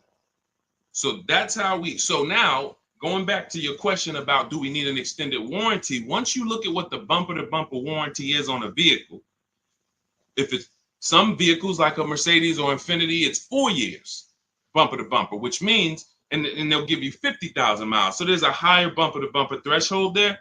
You just need to know, based on my lease, is there going to be a period of time where I'm driving this vehicle with no bumper-to-bumper warranty? Now, you might have a powertrain warranty, which covers the engine, the transmission, things of that nature. But if the electronics begin to fail or malfunction, if your bumper-to-bumper warranty has expired, then yes, you would be exposed. So you can get an extended warranty in that particular case, but I would only do this on vehicles that are extremely expensive to maintain. I'm not really looking to add an extended warranty to a lease unless I'm dealing with like a high mileage lease on a Range Rover or something that I know when it breaks is very expensive. Other than that, we're not looking to add extended warranties on leases. Typically you'll be out of that vehicle before you won't be able to have the vehicle long enough to have the warranty make sense. Okay. What's up, Primo? What's up, Nick? Kelly Tipple. Go ahead. Next question, Dolan. Everything that I'm teaching is out of my new digital book. It's 5-star rated. You can Google it. It is called Cars from Home. 7 Steps to Saving Time, Money, and Avoiding Dealerships. We save time and we save money. I'm not into saving money and being in dealerships for hours. Who enjoys being in dealerships for hours? Listen, that might sound like a weird question, but there are some people who get a thrill out of it. Anybody? Yes? Enjoy being in dealerships? Enjoy? Anybody? Who hates going to dealerships? Who hates being in dealership? TD Brewer? What's up, Gus? What's up, Kenyon? Yep. D. Will? He said me. Kellen? Yep. I enjoy it, but has to be quick. Yep. Londa, me. Yep. Look, Marquise, no more than 2 hours. Now, when we talk about the time, you can save time and not money. You can save money and not time. So you can go in and say, well, it took me 10 hours, 2 days, 3 visits to save $10,000. Well, you might have saved money, but you didn't save time. We want both. And then we have a third caveat in that title. It's avoiding dealerships. So 7 steps to saving time, money, and avoiding dealerships, because we don't need to be in dealerships to save the time and the money. Clear? That's the name of the book. So you can get a copy of it. It's 75% off. It's everything I'm teaching. Now, obviously, you guys can see I don't hold back. So it's not like, hey, my best stuff is in the book. We do have calculators in the book that obviously I can't, give you here. We've designed calculators, but you can get your copy for 75% off because that's my welcome offer. I want to make it a no-brainer for people to be able to get car deals, save thousands of dollars from home. So the welcome offer for 30 minutes is 75% off. It's normally $97, but it's a digital book as well. So it'll be in your inbox by the time we end this stream. You can get your copy in my TikTok bio, my Instagram bio, the YouTube comments, or the Facebook comments. And make sure as soon as you pay, you screenshot that thank you page, and then you download your book, because there's an actual link as soon as you pay. You can save it to your phone, to your computer. Okay? How can I pay off my car quick? This is a money situation. I mean, that's a question for Google. You can actually, some people say there's ways that you can make your payment twice a month or on certain day of the month, or I think the whole thing about the way most loans are structured, that whole tell them to apply it towards principal, I don't know if that's still accurate or not, but this is a money situation. So if your payment is $350 a month for 6 years, if you don't pay more than $360 a month for 6 years, then the car is going to take 6 years to pay off. If you have additional money and you want to throw it at the car to pay it off quicker, then have at it. I don't know if there's anything else that I could add to that. Go ahead, Dolan. Let's go. Marilyn Birdman, good to see you. Shout out to the TikTok crew checking in. All right.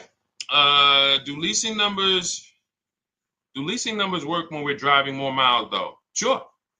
First person I ever saw had a high mileage lease when I was a manager at Hyundai for 6 weeks. He returned his Sonata. It had 72,000 miles on it. It was a 3-year lease.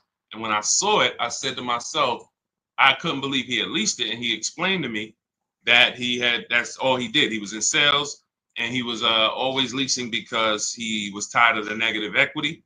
Negative equity is when you owe more on your car than it's worth. And some of you, every single transaction you do, you have negative equity. You don't realize that the cause is you don't lease. Unfortunately, you're losing money, thousands of dollars, because your cars are depreciating, and then you go and trade them and you take the loss. That's not supposed to happen. See, the things that are normal that you think are normal, I'm here to tell you they're not normal. And there's people, thousands of people that, thank God, they are learned, because they've been hitting you guys with bad information about leasing since the beginning of time. Now, don't get me wrong, leases at some point, at one point, there were bad leases, and they were bad lease structures. You had balloon payments that people didn't know. There were different types of leases, open-ended leases, closed-end leases. Now the leases are set up where it is the best thing in the world if you're not keeping cars 8 years.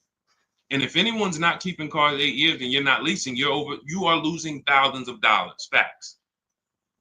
I can prove it. I bet if anybody took me on their show and just gave me a whiteboard or a chalkboard and said, hey, can you prove in 10 minutes or less that anyone who's not leasing, but they're not keeping their cars 8 years, they're losing thousands of dollars? I said, man, I don't even need 10 minutes. Give me 6. Because all I'm going to show you simply is the fact that someone like Ansley, who gets a 1% lease, he's paying $554 a month for a $58,000 car. Now, some of you know, let me ask a question to the community. Shout out to the new people. I know we got some first-time people on here, but this is a question for the people. I want to see, maybe we don't know. If we got some people on here that know this, how much is every $100? I gave it away. So every $5,000 that when you're looking at a car, every $5,000 in that vehicle, loan-wise, you're going to pay $100 a month. So looking at this car right here, which is $58,490. Roundabout, that's going to cost us about $1,100 to $1,200 a month. Even before taxes, we ain't put tax on there, but let's just assume, just looking at that $58,000 number on a 5-year loan. 5-year loan, that would cost us about $1,200 a month. So if that number would cost us $1,200 a month, and Ansley's paying $554 a month, how long does you see what I'm saying? I'm literally putting the let me put this image down. As soon as I put those two up, I'm just gonna put the actual chalk down and walk away from the board and let people look at that and let them soak that in. 2 people, both got Infinity trucks. One leases it for $554, no money down. Another person gets the identical truck and leaves the dealership paying $1,100-$1,200 a month. Sit that right there for you guys.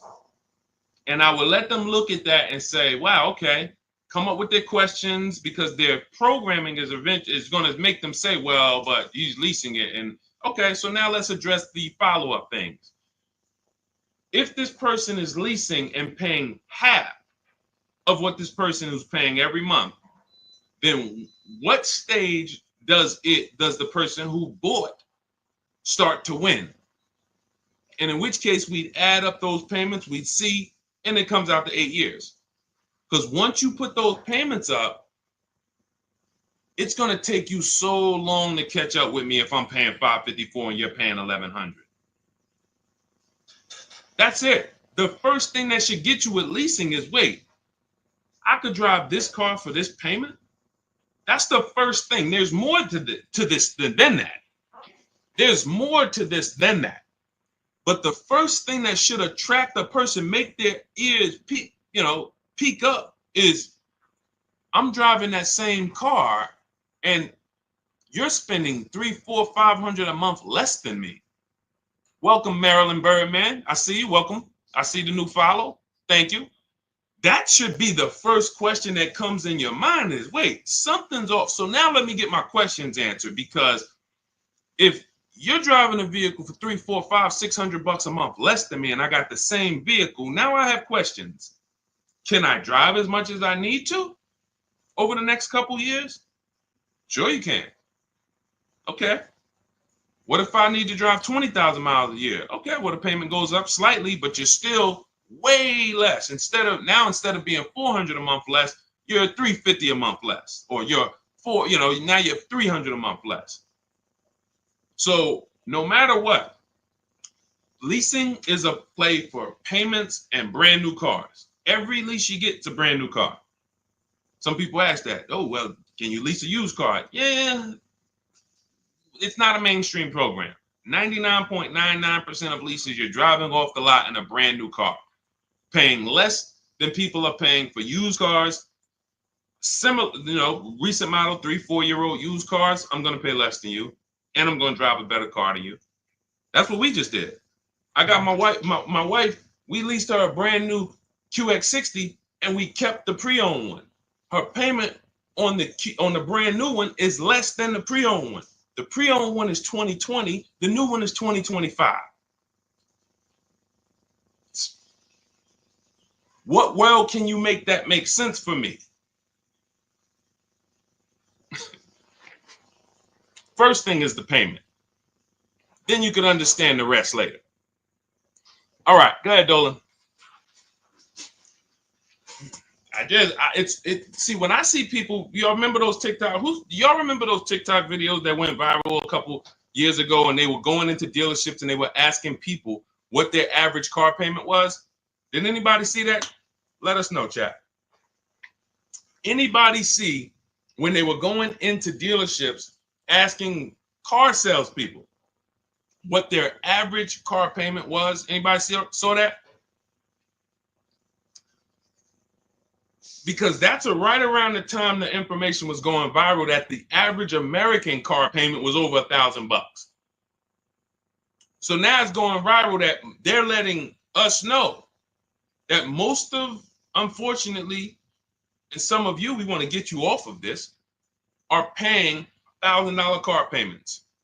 So I knew the reason why.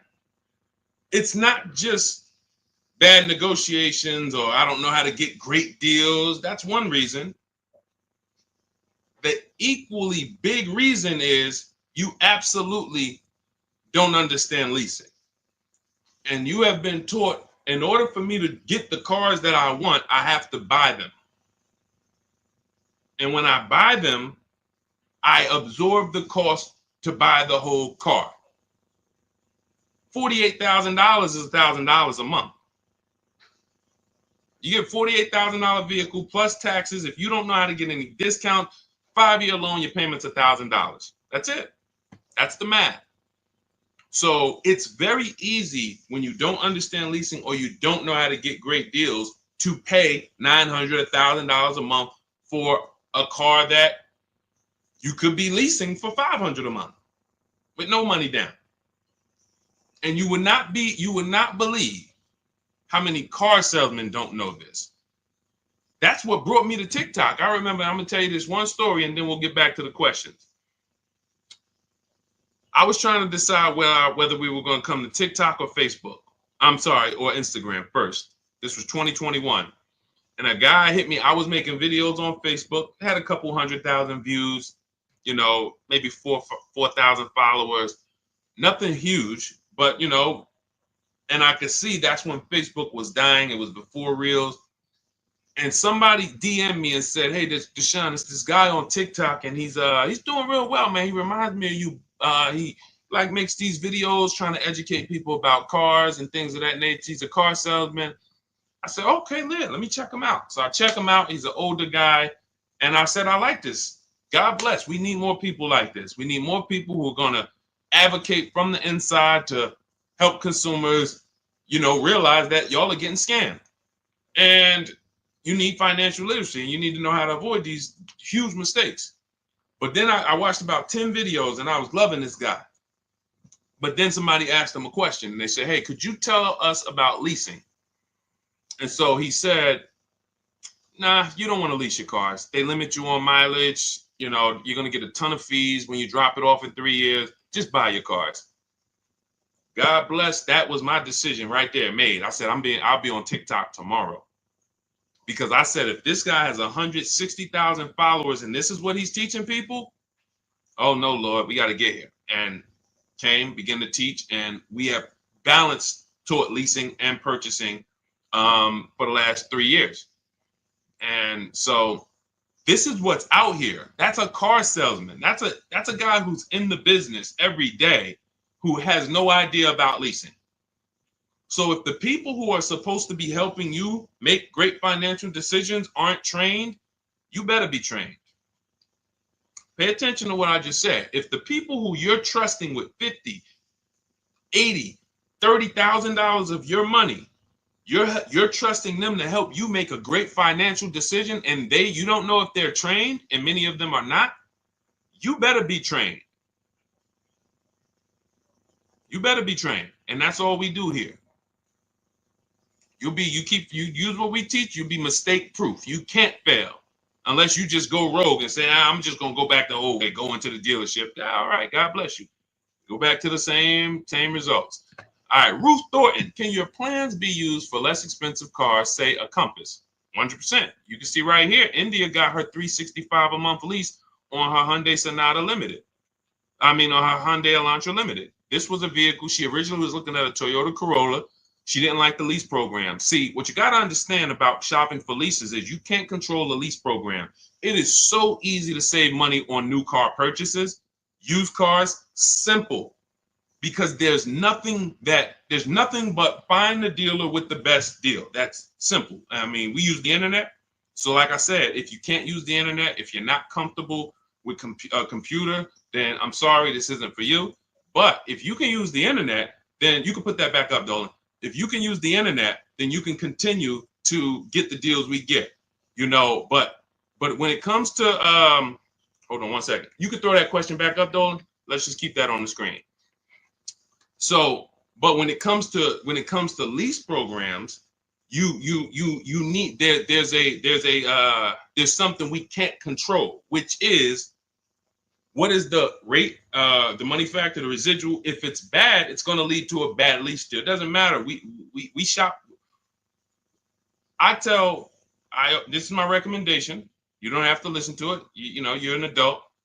We don't make a decision before we see 5 offers on a lease, because you never know where the bottom of the market is on a car. So we want to see 5 offers when we buy a new car, when we see a lease. So we do it from home. If you want to do it your way, you don't have my book, you can call around, talk to sales managers, try to get 5 offers, because what you're going to see is they're going to be totally different. People are going to take off different amounts. But when it comes to the lease program, you saw that India, she was shopping for a Toyota Corolla and she got all her offers, and she identified it was a bad lease program. That means all the offers are break the 1.5% rule. It's not a dealer's fault. So we're not going to get too complex, but you got to understand, with a lease, it's not like a purchase. There's a bank that we use, and if the bank has a bad deal, it'll almost be like that. It's not like interest. It's a bad lease program. So she ended up going to a Hyundai Elantra Limited. So that's the one with the nice features, $28,000 vehicle. She gets it for $365 a month. Sign and drive. So it doesn't matter. Jeep Compass is right around, maybe I think it's a little more expensive than that. I think it's 32, 33. We've used this for everything. We've had people get Rogues, we have people get CRVs, we have people get, BMWs, Jeep Grand Cherokees. Raphael got her Jeep Grand Cherokee, $549 a month, 54,000. We've had Kimberly get her Maserati. She saved $20,000 off of it. You can see right here. Look, she got her Maserati. This was literally, it took off $20,700 for her, brand new. So it's for everything. Somebody asked earlier in the show, is this for like, exotic cars? Can we use this for like exclusive cars? For sure. Bentleys, doesn't matter. Doesn't matter. Competitive shopping is what you, look, don't overthink this. It's competitive shopping. That's all it is. We just have a formal system for competitive shopping. That's what it is. We have what we believe is the best system in the world until someone can show us that they've gotten more results for the public. We have the best system in the world for getting multiple offers and creating competition in the car market that benefits us. So you could throw any car in there, system is going to work. So everything that we teach is out of my new book. If you guys are like, Deshone, this is a lot. Can you give me the step by step? Can you give me the playbook to where I can look at this and kind of go through my checklist? My book is written as a checklist. It's a digital book, and you can. It's called Cars from Home: 7 Steps to Saving Time, Money, and Avoiding Dealerships. And it's normally $97. You can get a copy for the next 30 minutes for 75% off, which is $24. So if you get, that's my welcome offer to you, but it's only for 30 minutes. So if you grab your copy, you can go to my TikTok bio, my Instagram bio, the Facebook comments, or the YouTube comments. We have a link there, and you can activate your 75%. Now, for those of you who are like, Deshone, I see you sharing a lot of pictures. Where are these pictures from? This is from our private group. I've been coaching people through our courses since 2021. We created our Cars from Home Done With You, because some of you have a different learning style. You like, instead of reading, you prefer step-by-step videos, short videos, 3 minutes, 5 minutes, to walk you through the process. And then you want community that can support you. We have our private Facebook group with I think we got about 1,500 people, almost 1,600 people in there. And then we do a coaching call twice per month, every, first and third Wednesday. We jump on a Zoom call so people can get their questions answered with me. So if that's your style, you'll see the link there. You can just hit Shop with Deshone. Now, you do have to qualify for that. That program's not for everyone. But if you click there, go watch the video, and you can see if you qualify for that. So I don't care how you save the money, how you eliminate the anxiety. If you find a more creative way than the Cars from Home system to buy cars and guarantee that you got the lowest price in the market, from home, then God bless you, do it your way. But no one is able to guarantee that they're getting the lowest price in the market. You negotiators, you're losing, because here's what I'll tell you. If you came out of a dealership and you said, man, Deshone, I just beat them up in there, man, I got a great deal. I said, let me ask you a question. Would you bet me $1,000 that I can't find a better deal than the one you just signed? Give me, would you take the bet? So you come out confident, man, Deshone, I've been working them over for 3 hours, man. They took off $6,000, whatever, $10,000. My question to you would be, would you bet me $1,000 that I can't find a better deal than the one you just got from home? Most people are going to not take that bet, right? Right? Because they don't have the guarantee.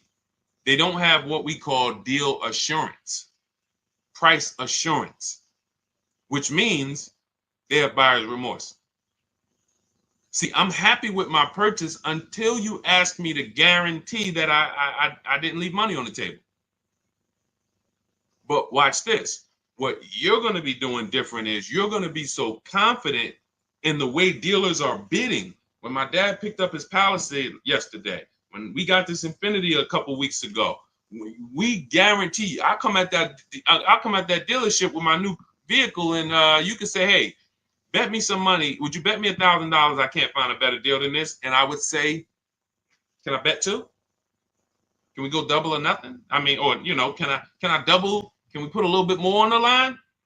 That's how confident you're going to be when you actually start to use a competitive system where you can look at several offers from home. Another thing our system does is make you see that, okay, 4 out of 5 dealers are overpriced. See, you hear people say, oh man, I went to Nissan, they're overpriced.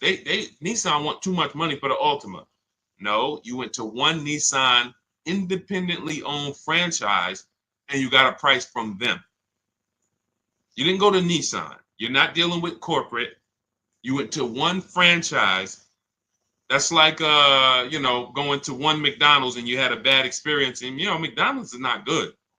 They don't treat us good. No, that one McDonald's on Main Street in this city, you didn't have a good experience with. Every single dealer is different. Some of them owned by the same people, but they still compete. So what you are going to do now with the Cars from Home system, whether it's the book or whether it's, listen, and look, you do it your way. But if you don't start to create competition, you'll never get rid of your buyer's remorse. You're never going to have price assurance and confidence that you didn't get scammed, that you didn't overpay, that you didn't get enough money for your trade-in, that you didn't, we didn't get the question yet today, but hey, is this a good interest rate, Deshone? Like, all of this stuff is buyer's remorse questions. When I drive my car off the lot, that's why people don't talk about the price they pay when they leave. Once we drive our car off the lot, I never want to have buyer's remorse concerning price, and I'm never going to have it. But if I was to ask you about the price on your car, hey, can I see, I run into people. I was just at the dealership yesterday. I was coming outside and the young lady was out there. She said, oh, hey, I follow you on TikTok. I said, hey, God bless you. I said, you picking up something here? She said, yeah, I'm getting this used car, but then they like the price online was 19 or 16, and then they telling me all in is 21. And I said, you didn't verify fees before you came? She said, no, well, I got the cheat sheets. You got the cheat sheets. You didn't see the videos? I made tons of videos. You must ask. The only 3 fees. Write these down. If you don't have my book, write these 3 fees down on every single car. Used car. These are the 3 fees. Documentation fee, tax, motor vehicle fees. That's it. Everything else is made up, and you need to verify before you go there. You don't do this online and say, and then come into the dealership. That's why they do it. They do it because they know people are going to see that price, not even call the dealership, come in, and then get hit with a bunch of fees. So unfortunately, yes, she follows me, but she hasn't gone deep to see that that's a rule we don't break. I will never go to a dealership on a used car without verifying fees before I get there. That's a recipe for wasting your time, because I'm not going to buy it. I'm not going to buy it. You're not going to get me here, and then I'm not going to $2,500 in fake fees. I'm not buying it. So, because some of you said, well, Deshone, I'll just get up and walk away. Well, the bad thing about that is you still need a car. So what you did is you allowed someone to waste your time, and while the good car was selling, you were there dealing with the bad car. The good car that didn't have the fees and that was the real best deal, you missed that because you're here dealing with this. But from home, on the phone, verifying fees, we know this is the best deal. When I get in the car and drive to a dealership to see a used car, by the time you're getting there, you should know this is already the best deal. And all I need to verify when I get here is that this car drives good. But I know the price because I've done that from home.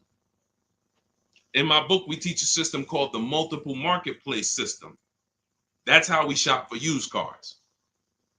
It's different than when we shop for new cars, because with used cars, there's a couple things you have to know. You have to know this. You have to know the title history. Write these things down. I'm wondering who's writing it down, but I can't worry about that. I know this. I just gotta, I remember. Never mind. I'll go off a tangent. So you need to know the service records. You need to know the accident history, and you need to know what the title looks like.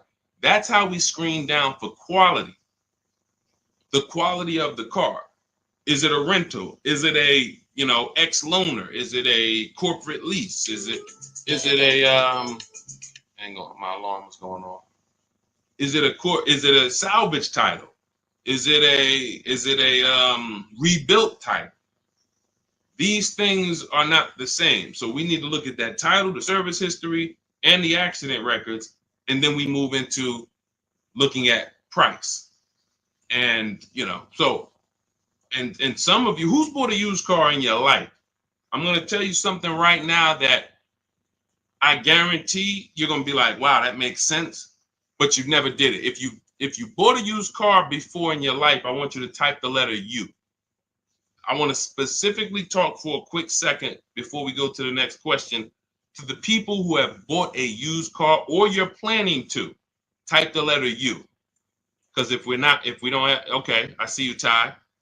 Everyone if you have bought a used car or your next vehicle you're going to be shopping for is going to be a used car, type the letter U. I see you, Marcus.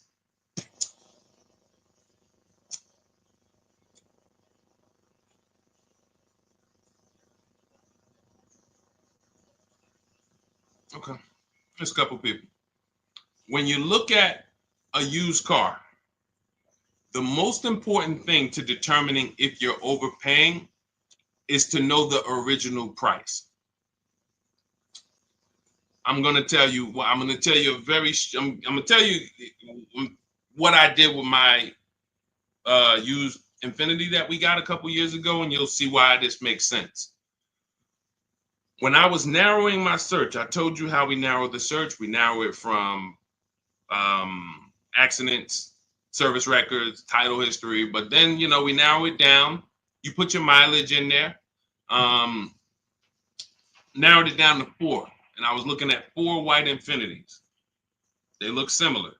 And they were all between 30 and 32,000. So they're pretty close in price. Between 30, 32,000 in that window. Now, most of you would have made a bet, would have just went with your gut here. You'd have just said, okay, well, these look similar. They all white. I mean, all right, let me go take a look at this one. I like them all. You would have made a horrible decision. I'm going to tell you why. Once we found out the brand new price, first of all, now I can see the equipment that's in the car. I remember when I was at the dealership, people would come in, replace their car and be like, Deshone, on the next car, I want the remote start. And I'm like, hey, I'm sorry to let you know, but you have remote start on this car that you're getting rid of? I did. Yeah. So they didn't even know what was in the car they had. So that's another reason to get the original window sticker or the original equipment list. But even more important than that is I get to see what was the cost of the car brand new.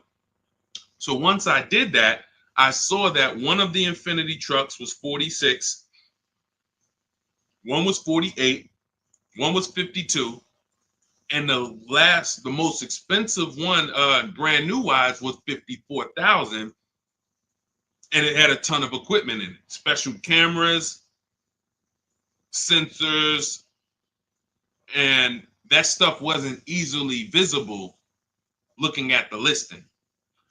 Now you look at what the discount is from that price. That's something in my book. For those of you who have my book or will be getting it to shop for your used car, you'll see something we created called the true value discount. All that matters on used cars is how much discount am I getting from the brand new price, not what am I getting from the dealer. As I'm comparison shopping, I'm looking at that used car. I'm looking at 4 Honda Accords. This one is giving me a 30% discount from the brand new price. This one's giving me a 32%. This one's giving me a 40% discount. And had people been doing this, some of you wouldn't have got in trouble, because we had a lot of people during the pandemic get in trouble buying used cars paying the exact same price that they were brand new. Our people wasn't doing that, but for those of you who unfortunately you didn't know how to shop and you went out and you thought I could go out here and deal with this market, and unfortunately that was a horrible decision because we had people buying Toyota Camrys for $27,000 that brand new was $28,000, and they were 3 years old. And now those same cars right now are worth 12 or 10, but the person still owes 25 or 24 or 20. So it's a horrible situation. But had they really respected or known about what we teach is that true value discount, they would have been very interested in knowing what was the original price of the vehicle that I'm buying that you're selling me as a used car. And this is how we move confidently. This is how when people see me, listen, I'm going to tell y'all something. I know everything about car buying. It's my experience.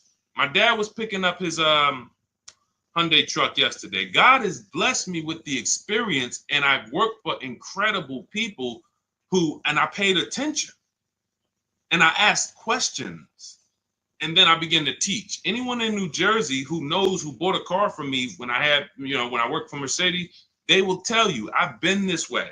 I was this way the last 3-4 years of my career because once I left Ray Katina, I had the knowledge to teach. So now, my dad's picking up his vehicle yesterday. He's signing for the Palisade. And he calls me, he said, Deshone, I thought you said the first month's payment was included. I said, it is. I said, all right, I'll be right there. He's taking a shot. That's what they're supposed to do. I don't blame them. All the best finance managers take a shot. What does that look like? Hey, okay, Mr. Jones, okay, perfect. Yeah, your monthly payment every month is going to be $439, and then you're putting $3,000 down. How do you want to pay the first payment? I thought it was included. No. The $3,000 down. That's your down payment. But you pay at the beginning on a lease. You pay at the beginning. How do you want to pay that payment? That's going to work 30 to 40% of the time, maybe more, depending on how sleek the people are. But when I went in there, I said that, don't worry, trust me. The best the finance managers I know that have made the most money, they got to do it. Because if you ask 10 times, you'll get 3, 4, 5 times. And then it's straight. He said, where does that money go? I said, it's profit. So wait, that's just that. So if they get you to pay that $400 or $500, I said $400 or $500. When I was at Mercedes, the first payment on some of the cars was $1,200 a month. $1,400 for a GLS. Still pulling it. Hey, how you want to pay your first payment? Okay, I guess I thought it was included, but yeah, you throw it on the credit card? Sure, that's fine. All right, so yeah, we'll get you out of here in like 10 minutes. Let me just take care of this paperwork, and you literally just got the $1,200, $1,400. He just couldn't believe. That's why when we left, he said, "Man, I really see you know this stuff." That's my experience. I've been in this since 2006. I've got more time in dealerships and in finance offices and things that isn't. And I ran my own. So when I'm giving you the game and you say, "Man, I get to access what this guy knows for $97 in his book," or if I get there and get a copy before the welcome offer expires, I get it for $24. That's why I said at the beginning of the show, we're trying to get you to believe in yourself. This is step by step from home. No one can bust into your house and say, "Hey, put that book down. What are you doing using this guy's stuff?" So you just have to believe in yourself because we're winning. I'm winning. I'm the person who they call for cars. My family still do it, but everyone who knows me, look at JC. These are people who, once you see, wait, I can't get this anywhere else. Then we can start to get you in the mindset to just believe that, okay, let me just trust that I can actually succeed using this so that I can start to enjoy my car shopping. That's really the name of the game. It's a shame for you to spend $10,000 to $100,000 on a vehicle and you just tolerated the process. We enjoy it and we love the deals. All right, so I don't know how I got on that, but that was good.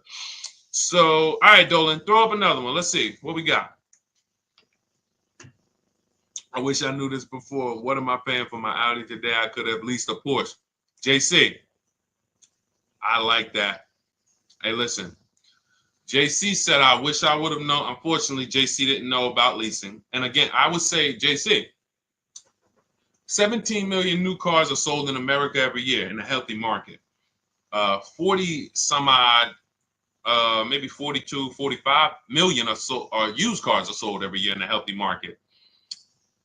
We know that number, because you can only lease a new car, that 17 million number, if we was to ask those 45 million, how many of you are keeping your cars 8 years? I would say on the low side,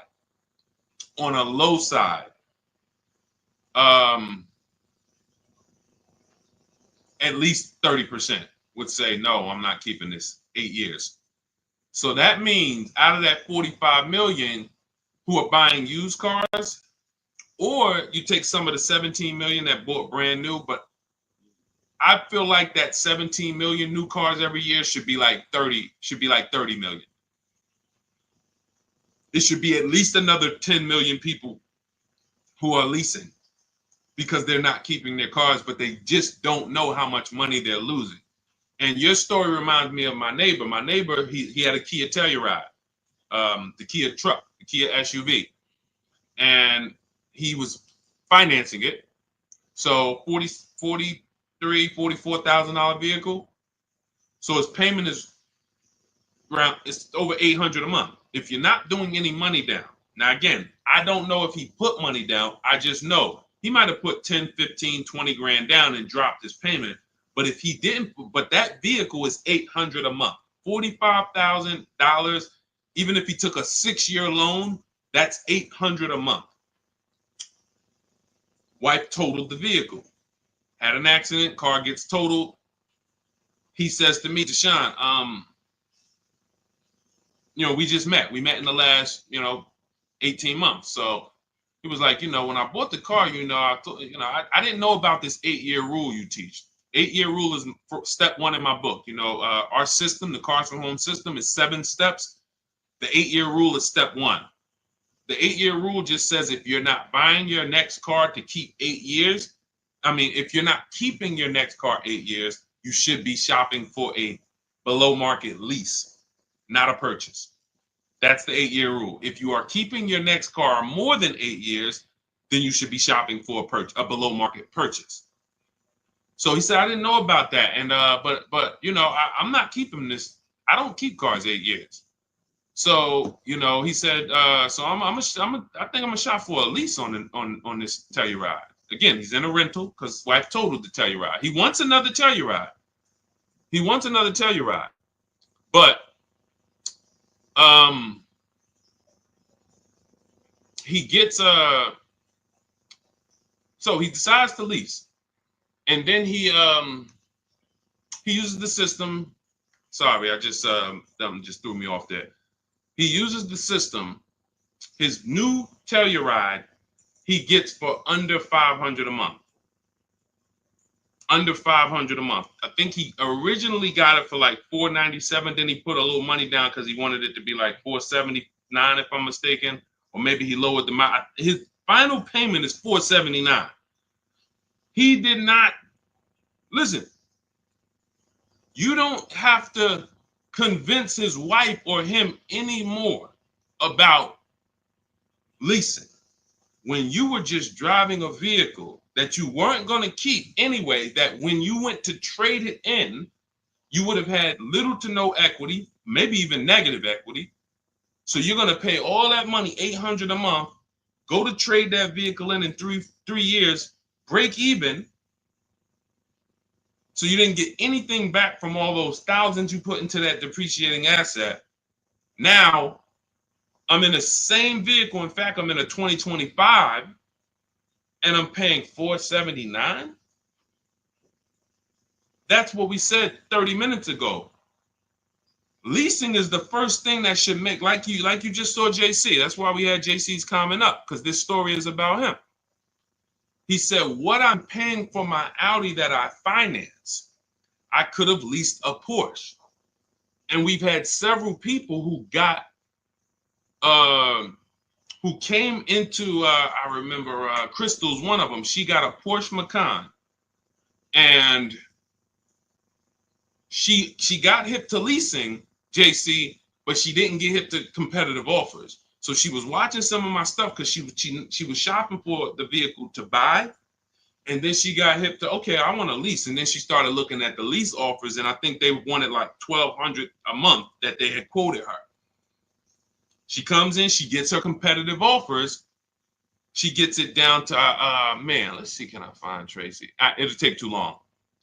I'll share her on another stream because it's a bunch of, I don't usually share stuff from like last year, or because we have people, you know what I'm saying? We're in the market every day. So we're talking about 2024s, 2025s. You know what I'm saying? But I can pull a story from 2023 or from some 2022. You know, I always use Bonita as an example because people be like, yo, the market's bad. Can we get good deals? When, listen, we were in mid-pandemic when people were paying. I remember during the pandemic, if you know anyone who had a Kia Telluride during the pandemic, they were paying upwards of $5,000 and $10,000 over a sticker to get them. Some people still have them and are still buried in them because that's how much they overpaid to get these vehicles. Meanwhile, Bonita came in, no money down, got a Kia Telluride, her dream vehicle, she said $600 a month, sign and drive. That was in the world's worst car market. We were still getting people posting cars and getting deals. So it's just, that's what we call deal structure. These are deal structure mistakes. So you could be the best negotiator in the world, but without competitive offers, you're going to overpay. You could also get competitive offers, but without the right deal structure, you're going to overpay. Deal structure is, am I supposed to lease this vehicle or am I supposed to buy it? And if you just remember the 8-year rule, ask yourself that question. Am I keeping this next car 8 years? If you are not, then if you purchase, you lose.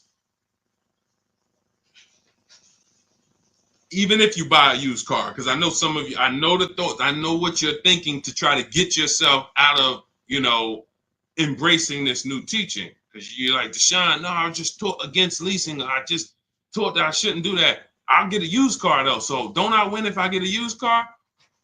I got this. I was going to replace this 2020 Infiniti truck that I got. I got a great deal on it. It was $54,000 brand new. I got it for $31,800. It was a 42% discount off the brand new price. It was the best 2020 Infiniti truck in the market at the time. It had a bunch of features for the same price as all these other cars that didn't have them. So I got that vehicle. It had 26,000 miles on it. It had 14 months left on the warranty. Phenomenal deal. I put $5,000 down to get my payment to where I wanted it to be. I financed about $27,000 or whatever it was. 2 years later, I say to myself, I'm about to break my own rule. What does that mean? Me and my wife have leased cars. Sometimes I would buy one, but we've always had a lease in the house. We've always had a lease. That's hassle-free, low car payments, no maintenance, never got to worry about not having a warranty. So now I'm like, man, you know what? I think because you buy a vehicle you're in love with, your dream vehicle, and this wasn't it. So I'm like, all right, you know, when I get my Escalade and things that I know that I'm going to keep for 8-10 years, then that's the vehicles you buy. But vehicle, I'm like, I'm not going to keep this Infiniti 8 years. Now, I start, plus I have, not to mention, I'm seeing that I have people like, you saw Ansley, and you haven't seen Rosalie yet, who got brand new QX50, QX60 deals, and they were paying ridiculous payments, $592. Rosalie put down, you can't see this, it's zoomed in. You guys can't see it on TikTok, but whenever you get a chance, if you pop over to Instagram, YouTube, Facebook, you can see the replay. I can't share this, unfortunately, on TikTok, but I tell you about it. And the people on the others, we're live on 4 platforms now, TikTok, Instagram, YouTube, Facebook.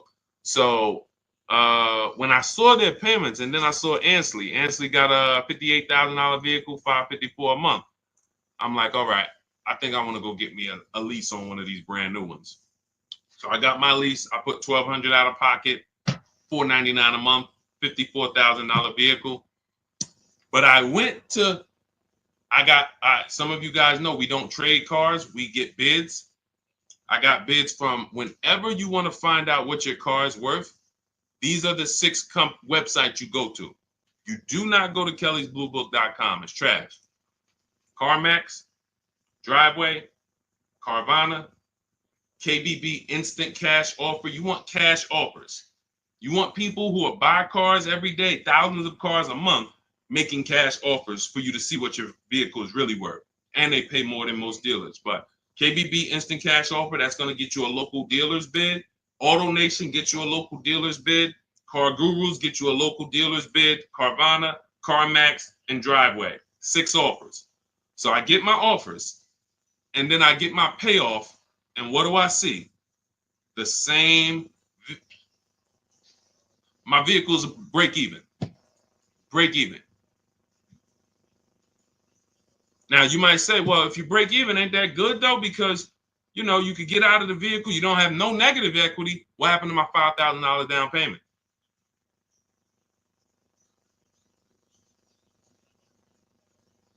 So I'm watching people who I'm teaching who are out there shopping the market, pulling up in their brand new vehicles. And I'm like, now this is the same vehicle that I have a 3-year-old version of. And I'm like, wow, we have the same car payment or similar car payment. So some of you who think you're going to get, I buy used cars. That was the whole purpose of why I went here. Deshone, I buy used cars though. Well, you didn't get a great, you didn't get a great, if anything, I got as great a used car deal as you would get. It's not better considering what I saved off of it. I put $5,000 down, you know, 6-year loan, because I plan on keeping the car. 2 years later, we look up, $5,000 down payment's gone. You can get out of it, but you not only did you know, and that's the deal. When you buy a used car, thinking you're gonna escape the 8-year rule, yeah, Deshone, I'm not gonna lease, but I'm gonna get me a used version. And all you do is pay the same money to drive what a person who's got a great lease deal pays to drive a brand new one. And yours is gonna have issues because you're not gonna have a warranty. And then you had to deal with that. So I put tires on the car. I didn't even include my $5,000 down payment. I didn't include that I replaced the tires and the brakes on the vehicle in the last 2 years. So let's say $7,000 that if I sold, I take the $7,000 loss. So I'm not exempt from any of this. None of you are. So I'm using this to tell you the 8-year rule is what you need to be looking at, leasing versus buying. And you need to understand that if you make these decisions wrong, you got your deal on the wrong footprint, wrong foundation, there's no way for you to get a great deal. You must ask yourself that. It's a depreciating asset. You've heard that for years. This is the practical application of how to make sure you win with it. So people say it's a depreciating asset. So what do I need to ask myself? How many years am I going to keep it?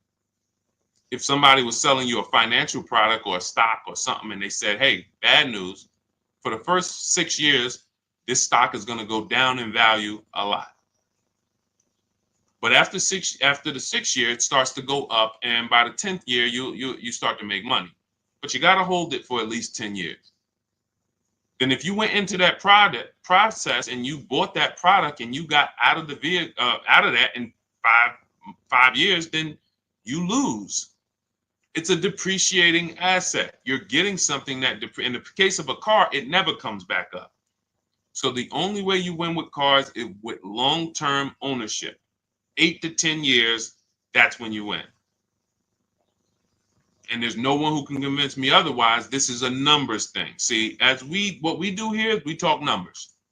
All the people who given you this horrible financial advice, they never speak numbers. They rant. Oh, leasing is renting. Oh, leasing is borrowing. Leasing is for people who like debt. Oh, borrowing cars. These are people who, unfortunately, they're just incorrect. And I'm not in a position where I could be on a panel with them. If I was, it wouldn't take me long to make light work of them because they don't talk numbers. So we can't have a financial conversation about somebody who doesn't understand numbers with the subject matter that they're speaking about. So if you're like Deshone, how do I get every single thing we teach in like one place? That's my new digital book. It's called Cars from Home, 7 Steps to Saving Time, Money, and Avoiding Dealerships. It's normally $97. It's 5-star rated. You can Google it. But for the next 30 minutes, you can get 75% off. That's my welcome offer. That means you'll get it for $24. But if you get there, you got to get there before the timer hits 0. Once it hits 0, the price does go up to $97, and it's worth every penny. If you miss it and you're like, Deshone, I need the information, and hey, I missed the welcome offer. But $97, it's still one of the most valuable books you're ever gonna read and use. So, but $24 is better. So get to my TikTok bio, my Instagram bio, the YouTube comments or the Facebook comments. Welcome, D. Welcome. I see. Thanks for the follow. And get there, get your copy. And then it'll be in your inbox. It's a digital book, so it'll be right there. And just follow it step by step. Don't jump ahead. Stay on your path. There's paths in there for everybody. People with bad credit, people who don't know how to negotiate, people who you need to stop negotiating because you can't negotiate your way to a below market deal. You can only get bids. High mileage drivers, you guys are losing a lot because you're depreciating asset even faster than the average person. So you are losing a lot. We have paths in there for you. And then, of course, our system for leasing, purchasing, and buying used cars is all in there step by step. So go grab your copy. 75% off in my TikTok bio, the Instagram bio, the YouTube comments, or the Facebook comments. For those of you who are like, you would rather work with us and try to see if we can qualify to shop together, just click that button that says Shop with Deshone. That's for you who are like, you rather watch videos instead of reading. You prefer 3 to 5 minute step-by-step videos, and you prefer a community. We have a private Facebook group. That's when you see all of these people that I post their cars, they upload their cars and their deals to our private Facebook group. It's called it's called a graduation. So the first time you get your car using the Cars from Home system, you're a graduate. And then after that, you're an alumni. And we just had Sheree. Sheree is probably our most successful alumni. She just got her 4th car. She joined us in 2022, and she just said she's seen things get easier and easier. And when you join the Facebook group, you'll see her like right at the top, 4th car. So this is the world we want you to experience. Peace of mind and really, So if that's something for you, you can click that button in those same links that says Shop with Deshone. See if you qualify. And other than that, we'll be back on another stream. Thanks for checking in. God bless you.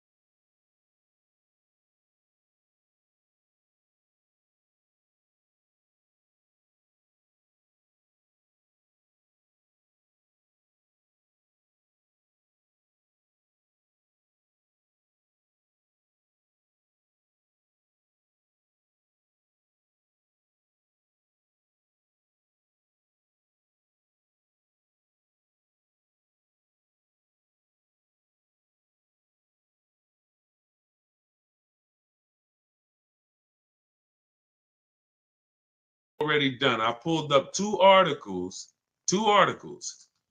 and I've been warning people to sell their electric vehicles before the election. If you go to Google and you just type in this simple term, electric vehicle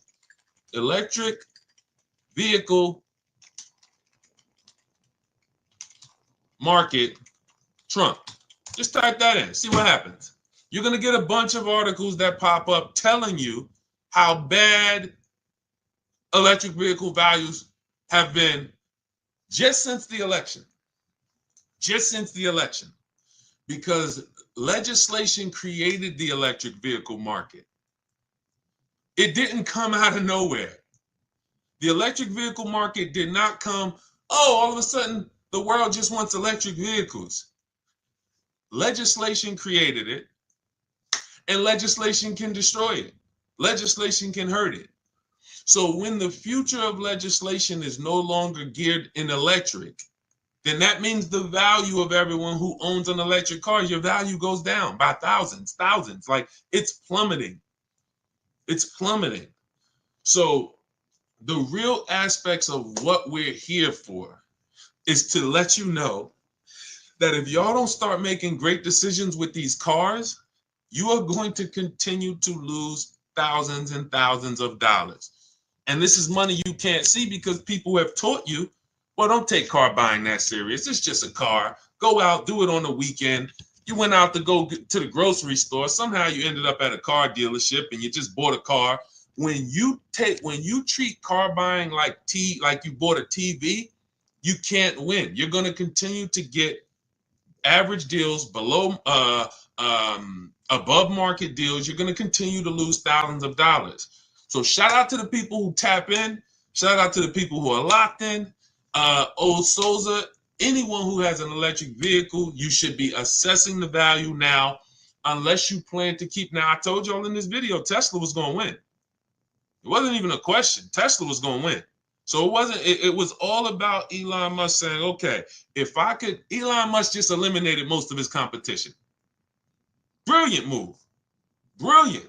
Because he understood what drove the market. He understood. And you guys can start typing your questions. We'll be on here. Anyone who's car shopping, start typing your questions, and we'll get to as many as we can in the next, next hour or so. But Elon Musk understood. What brought my competitors in was legislation. I was in this game before anybody was. I have a brand. Tesla's a brand. It's not just an electric car. It's a brand. But the reason why Tesla's value started tanking, if you just Google before the election, Tesla's resale values horrific, the worst of almost any car.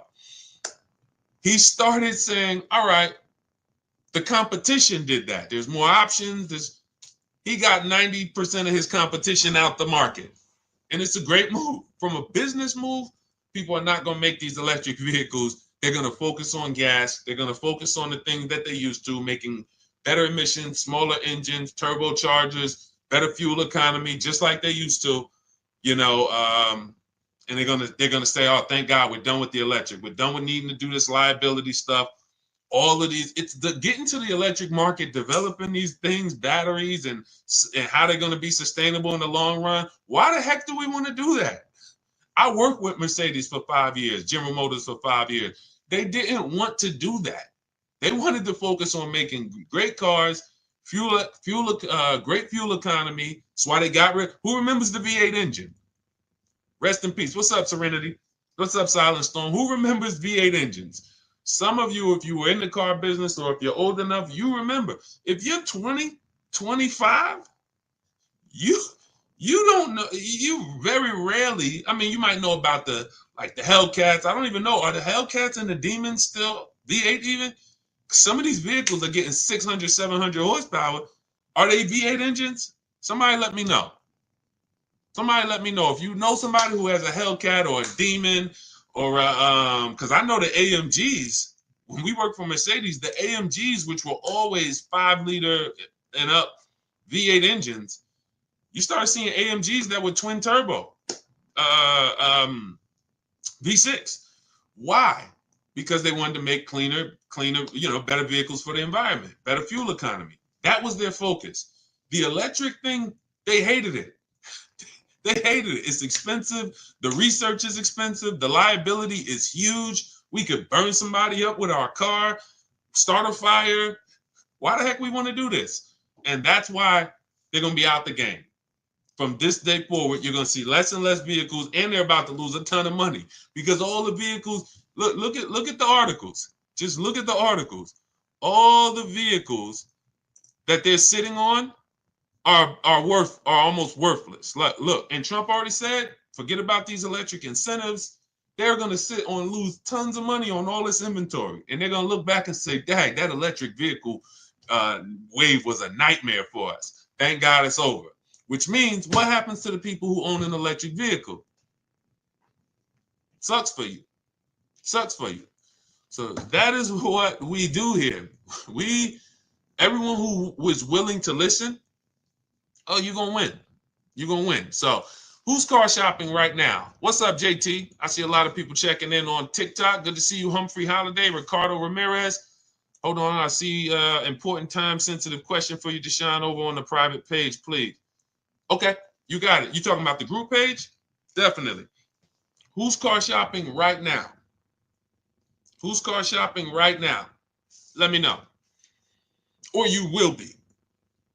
You'll be car shopping. Does that mean hybrids also? Sugar mama, I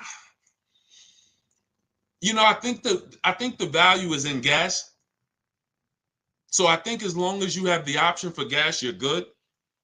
When you don't have the option for gas, that's where the value is tanking. So I don't see this affecting hybrids. It's a great question. It's a great question. So who's car shopping? All right, I see you. I'm car shopping right now. I see you, Brandon. All right, I see you, Trust and Main Salon. Who's car shopping right now? In the spring, exiting a lease Hyundai. Okay, perfect. Okay. So who understands leasing?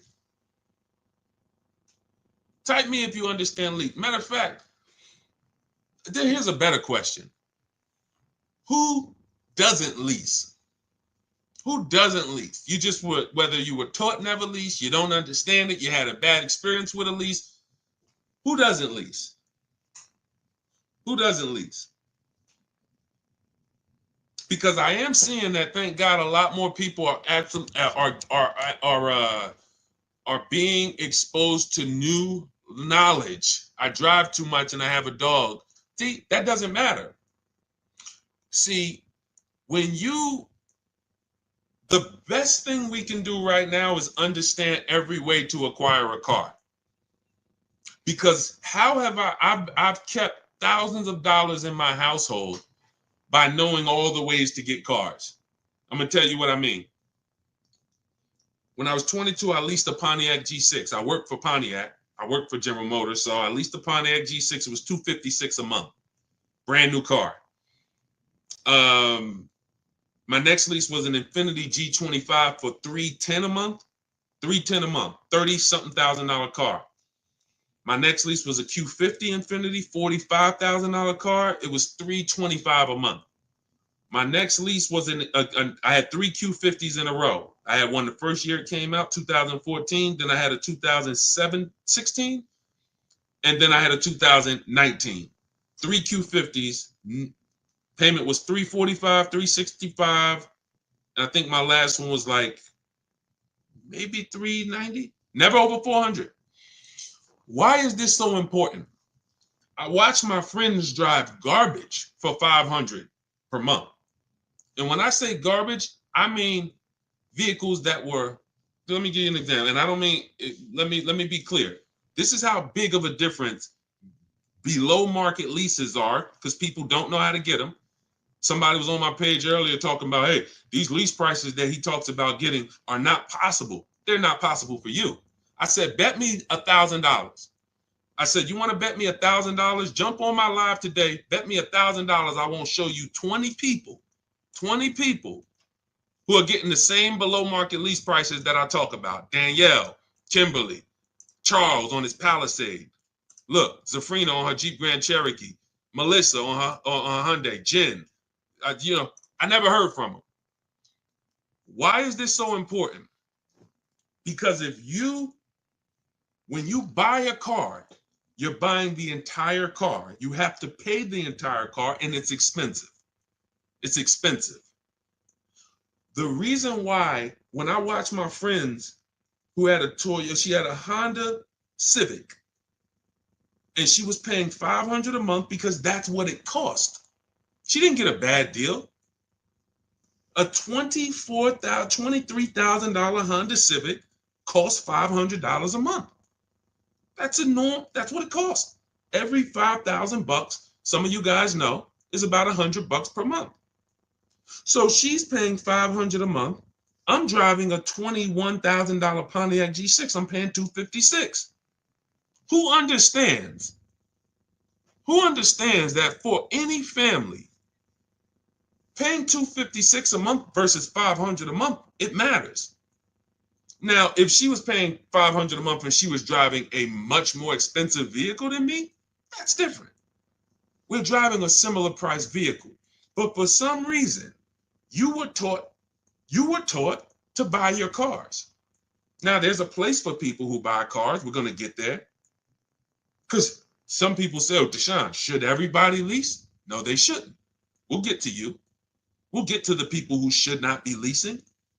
But we don't have a problem in this country with people leasing when they should be buying. We don't have that problem. Thank God I get to talk to 2 million people all across my 4 platforms. Between TikTok, Instagram, YouTube, Facebook, we got 2.3 million followers. We've been talking to thousands of people for 3 years. I get data.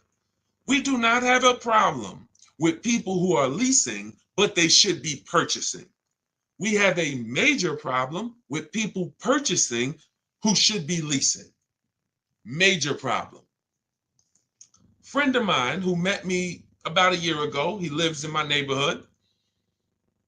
He had a Kia Telluride, $45,000 SUV. He's paying about $800 a month. He didn't get overcharged. That's what it cost. Unless you put a ton of money down, that's what it cost. He totals his vehicle. His wife totals it.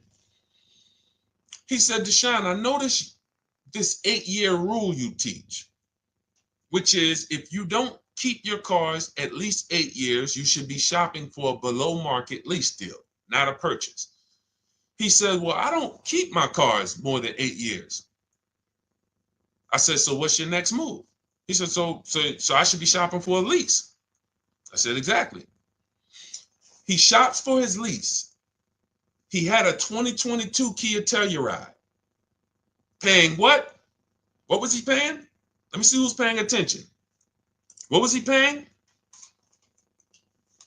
Y'all know we dialogue here. If you're new here, we'll do a welcome shout out to the new people. But I'm talking to the people who tap in. You know we dialogue. You got to stay close to your keyboard to get a lot out of what we do here. To the people who want to save their money. There we go. 800. Thank you, Sugar Mama. Thank you, Deshone. Thank you. I see you. So he's paying 800. Vehicle gets totaled. See you, Dark Star. He says, all right, Deshone, I'm going to shop for a lease.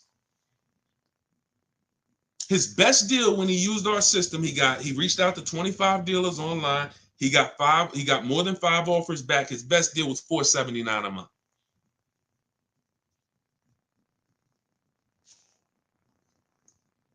Vehicles in his driveway. It's been there since earlier this year when he picked it up. You understand? Do you think he needs any more convincing? He was driving a 2022, paying $800 a month. Fortunately for him, his vehicle gets totaled. Thank God his wife isn't hurt. Why do I say fortunately?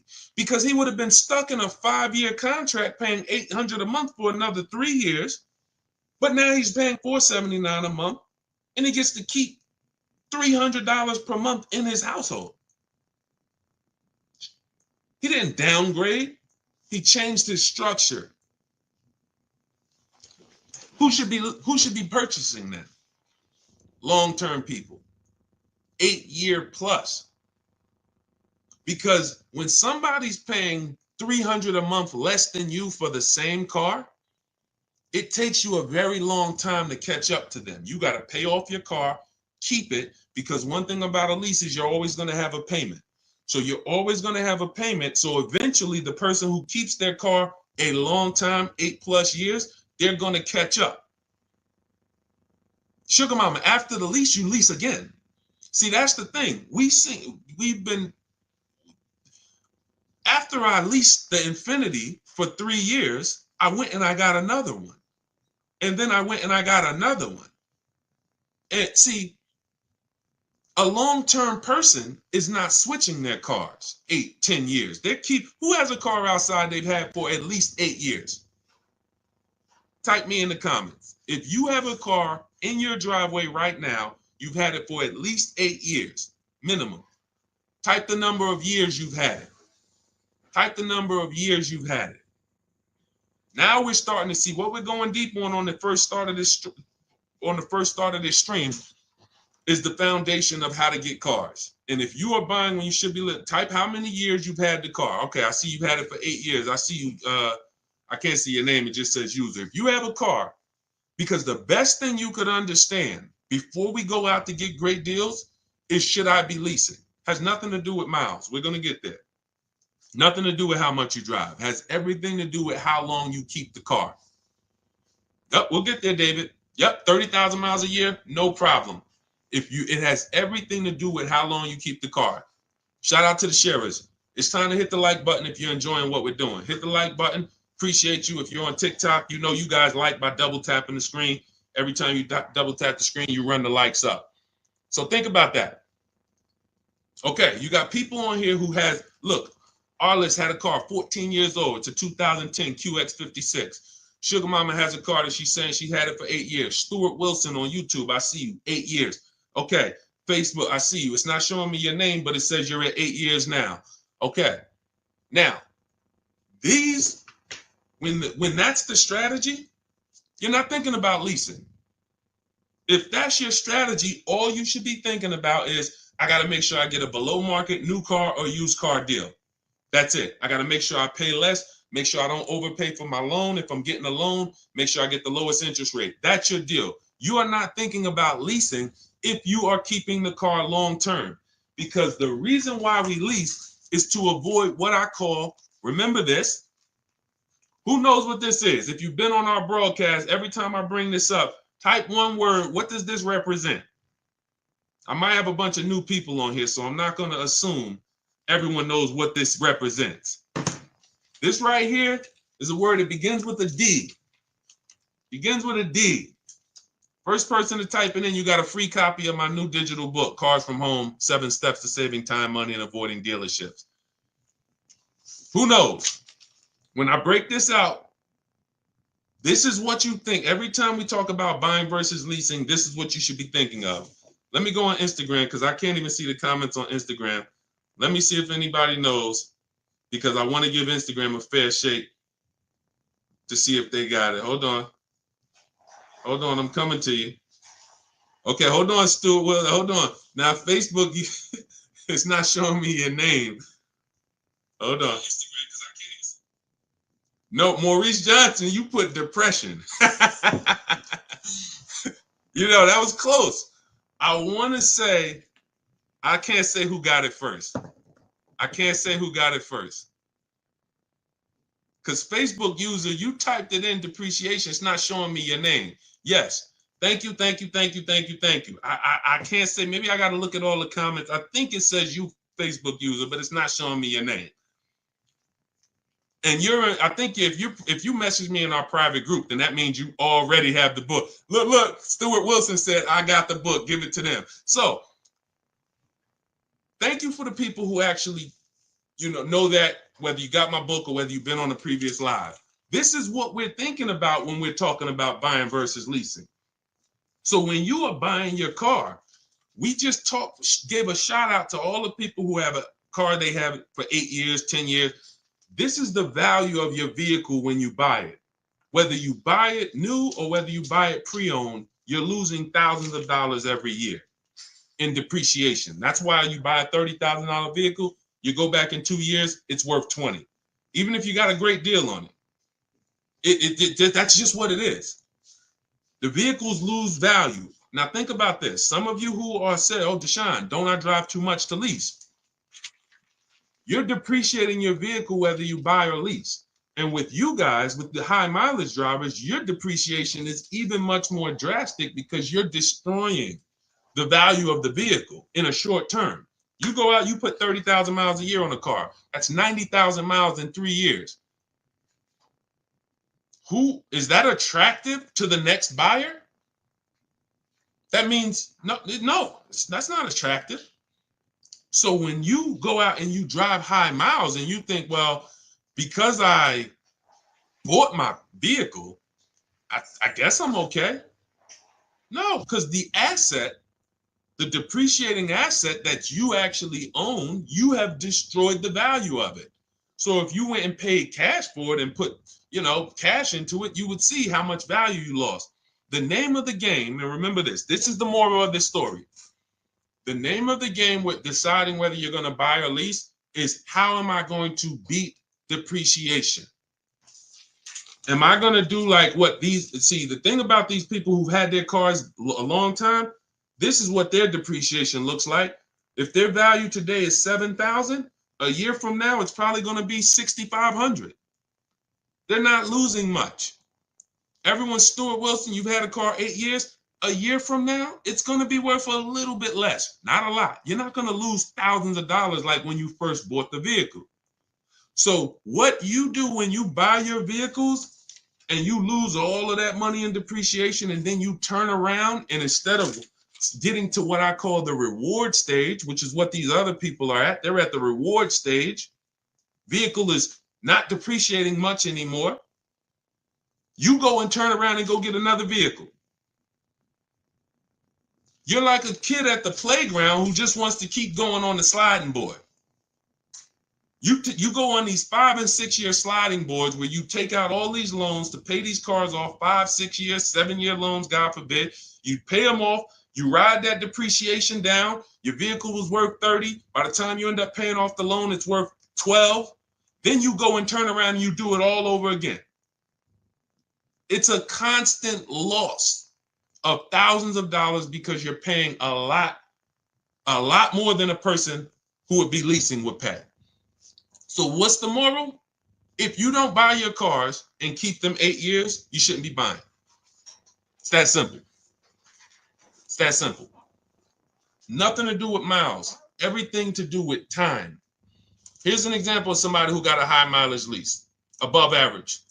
Jen. Jen gets a below market lease on her Honda CR-V hybrid. I always tell you guys, when you shop for your leases, we always shop with 12,000 miles per year. You must get 5 offers. Because if you don't get 5 offers on any car, and this is for used cars, this is for new cars, this is for leases. Cars are not, it's not like the Apple store.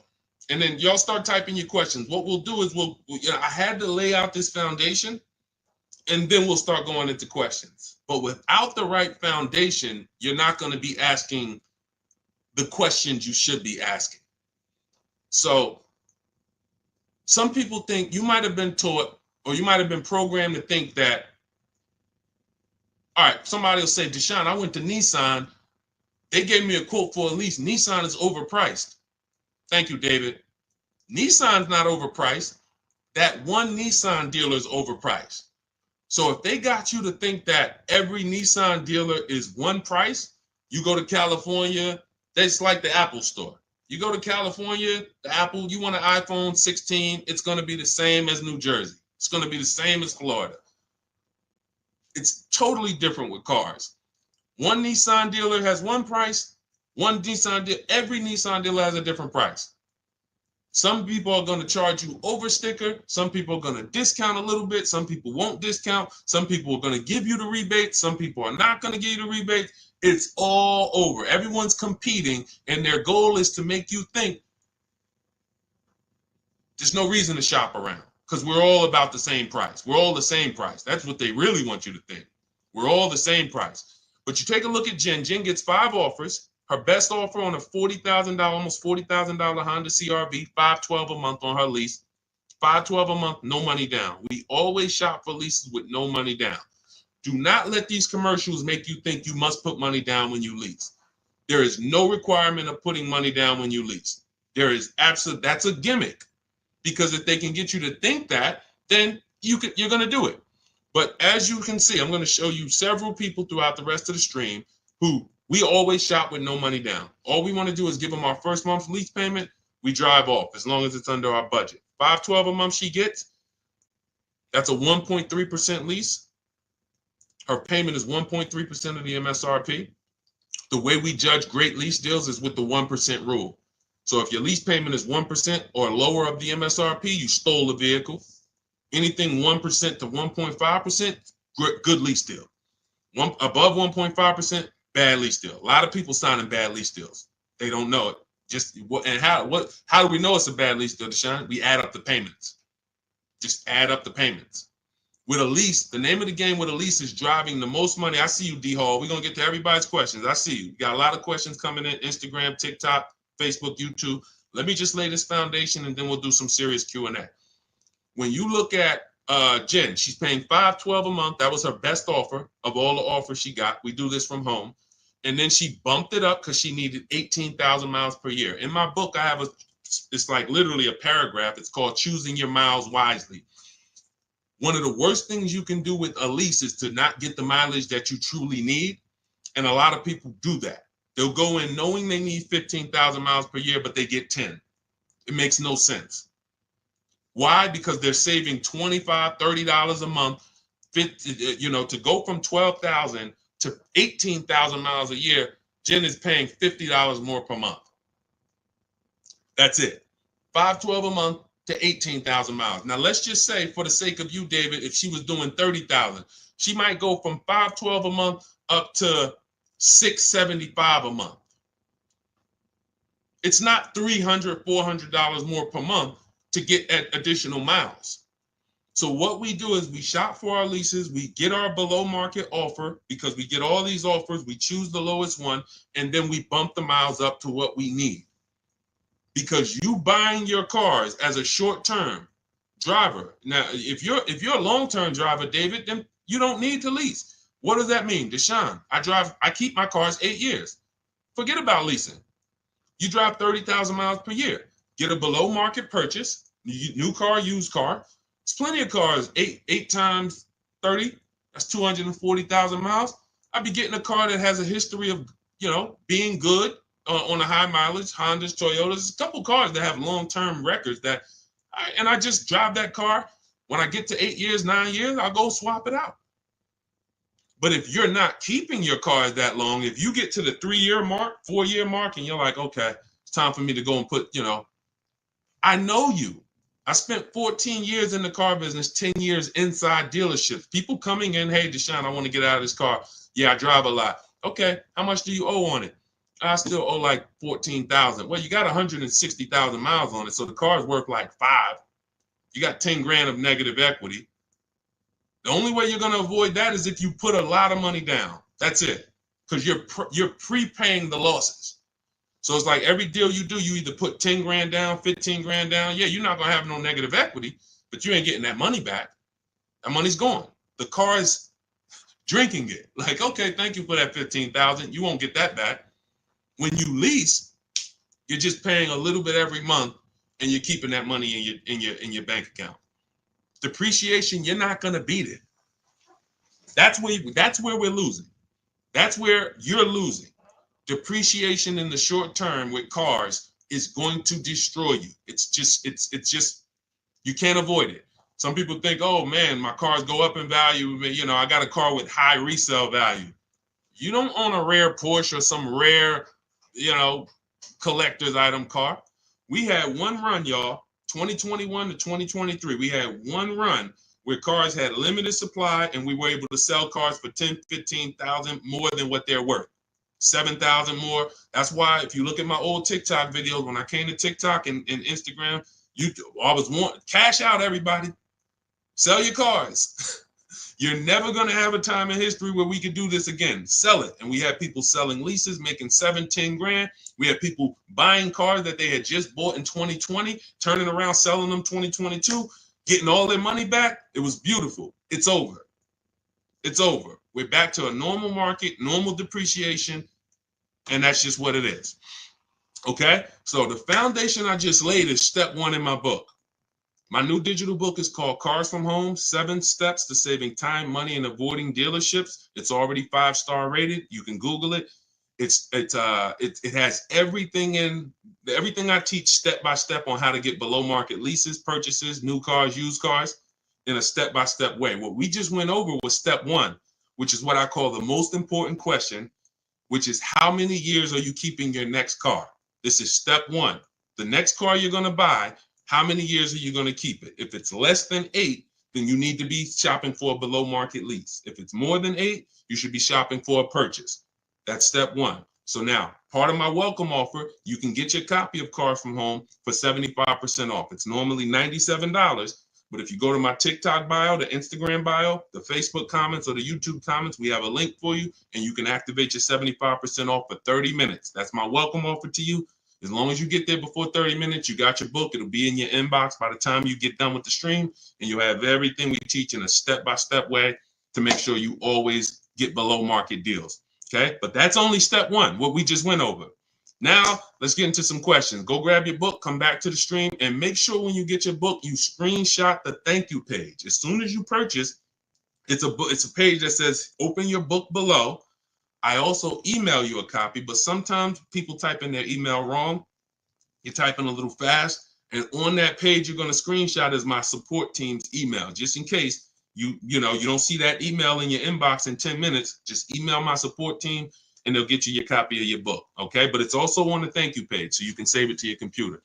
Okay, Dolan, we had a lot of questions, so let's just start pulling them up and let's get to them. You guys can keep typing your questions. Dolan's gonna pull them in as much as we'll go over as much as we can. Can we go over what to do when getting a lease? We'll get to you. We got you, D Hall. We're coming. I see you, Instagram. Okay, I bought a car from a private seller. He's basically scammed me, and now I have the car with no title. What can I do now? First thing I do is make a police report. If we're talking about a seller who illegally sold a car or sold a car without a title, you don't want to be trying to do these things yourself. You want to make a police report, and you want to let the seller know I'm making a police report, because when you start accusing people of a crime, people start to do different things when they know the police are involved. See, when we're scamming people, I had a video that I posted the other day. Somebody called me and said, a friend of mine, he said he bought a car from a dealership. They didn't honor the warranty. I said, okay, first thing you do is call the police, have them over there, meet you over there, have your paperwork ready, and you're going to make a police report that this dealer is not honoring the warranty. And this see, when people don't like to see police, companies don't like to see police. And especially if you're recording too, hey, I'm making a police report today, I'm live. People don't like that type of publicity. So the first thing I would tell you to do is let this private seller know who hasn't gotten you the title, I'm making a police report. Give them as much information as possible, and then go from there. You might want to go afterwards because is the vehicle stolen? We don't know. How do we know it's not stolen? He doesn't have a title. So, hey, let's pull his vehicle up. Where did it come from? It's a tough thing. See, the bad thing about cars is once you make the decision, it's hell to get out of it. Once you make a bad financial decision with a car, it's extremely tough. You got to eat the loss. So the best thing to do is find out, how do I get cars without making mistakes? Because when I make a mistake, I have to eat it. It's buyer beware with cars. It's not like real estate where, you can sue people.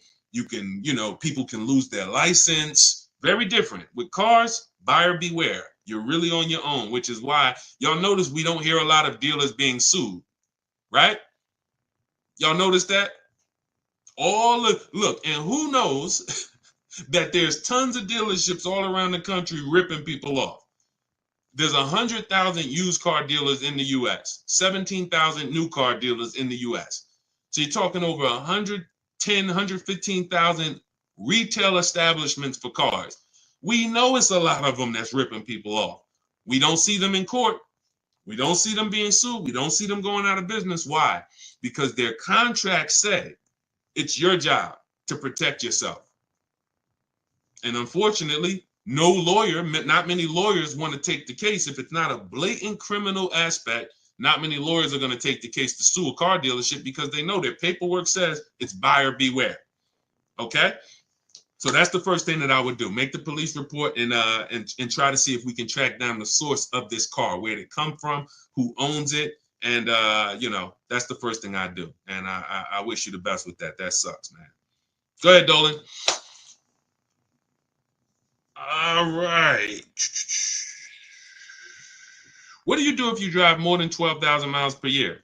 That doesn't matter. 12,000 miles per year is still on the low side of miles. 12,000. Now, if you drive more than that, if you drive 15,000, that's just above average. What I'm teaching now when it comes to shopping for cars is, especially used cars, 12,000 miles and lower is low miles. So right now we're in the 2025 model year. Whenever you're shopping for a used car, you want to ask yourself, what model year am I in? And usually after the fall, you're going to be in the next model year. So even if you're in 2025, okay, you could be in a 2026 model year. So then we look back and say, okay, if I'm looking for a 3-year-old car, average low miles is 10,000 miles per year or 12. Now, once you get up to 15, that's above average. That's not high yet.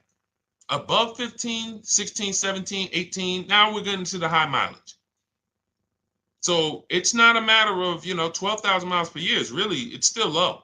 If you call it average, you can call it average, but there's nothing there's nothing that you would change based on you driving 12,000 miles a year or 15.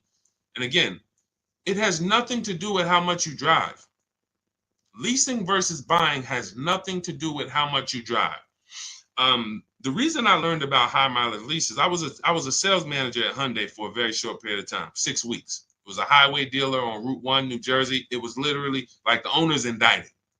If you ever could imagine the typical highway dealership, this was it. And I've always worked at phenomenal places. I've always worked with great management teams, great sales staff, great culture. This was the opposite. This was like straight up, drugs in the bathroom, fights. I had to break up a fight between two of my sales team. It was just like, and it wasn't a physical fight, but they were about to fight. So I had to be peacemaker there. It was just 6 weeks. I said, thank you. I gave them the key back to the car that they let me drive, the demo. And I said, okay, thank you. God bless. This is not for me. But I learned something extremely valuable there. I had a customer who came back. He was returning his lease. He had 72,000 miles on the car. And I said, wow, you leased this?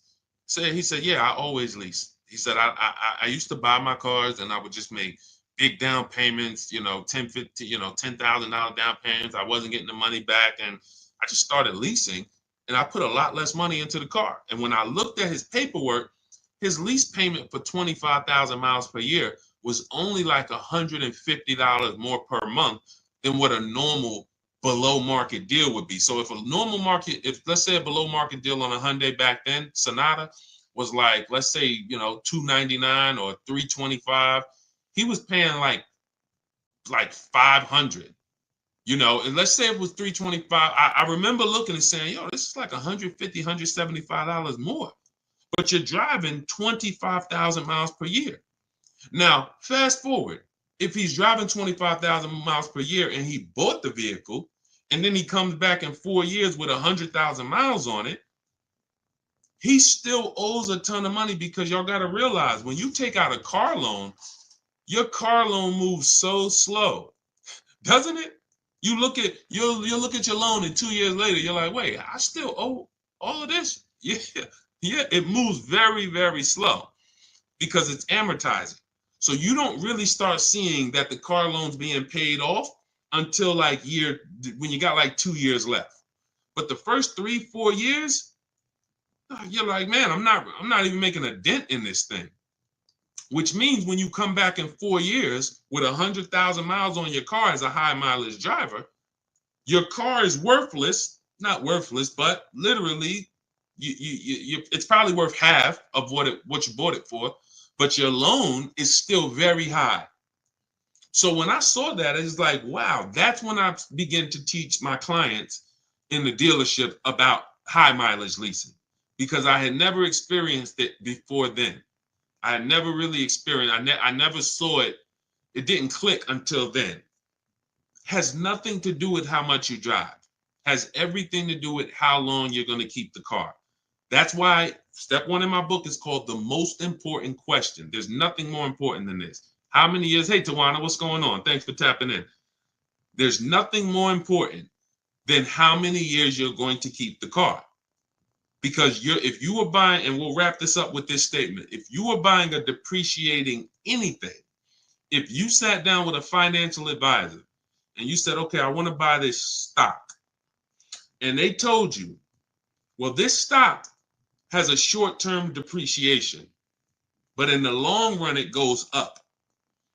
Well, can you explain that to me? Okay, well, the people who buy this stock, it goes down tremendously for 5 years, but then it shoots up for the next 6 years. You'd be like, okay, well, I'm only going to keep it about 5 years. They would tell you, then don't buy this stock. You say, well, I'm buying it anyway. Well, that's a bad decision. That's what's happening with cars. You're looking at cars. Every car you look at is going to go like this for the first 5, 6 years. So when you buy it, but you're not keeping your car more than 4, 5, 6 years, you literally, right when the car is going to start leveling out in depreciation, which means this is the reward stage. This is the benefit to you for buying the car. You went through this hell. Now it leveled out, and you have a vehicle that you paid off that you can keep for 4, 5, 6, 7 more years, paid off, not really losing value. That is this is the purchase. This is who should be purchasing. If this is not you, you're just riding this roller coaster down, and then you go and you get another car, ride it down. It has nothing to do with how much you drive. And the more you drive, the steeper the decline is over the first 5, 6 years. Understand this. All right. I think we made everybody clear on that. If you're clear, type $signs if you got that. Type $signs if you got that. Okay, everybody clear? Type $signs if you got that. Let's see. Okay, I see you, Dark Star. I see you, Tawana Bank. Okay, I see you. Okay, I see you, Sugar Mama. Okay, Sharon. Perfect. That's what all right. We want to make sure you are locking these concepts in. These concepts do not change. We are so far ahead of what's being taught in the market. You don't have to worry about these principles changing pretty much in our lifetime. Something would have to drastically change with cars for these principles to change.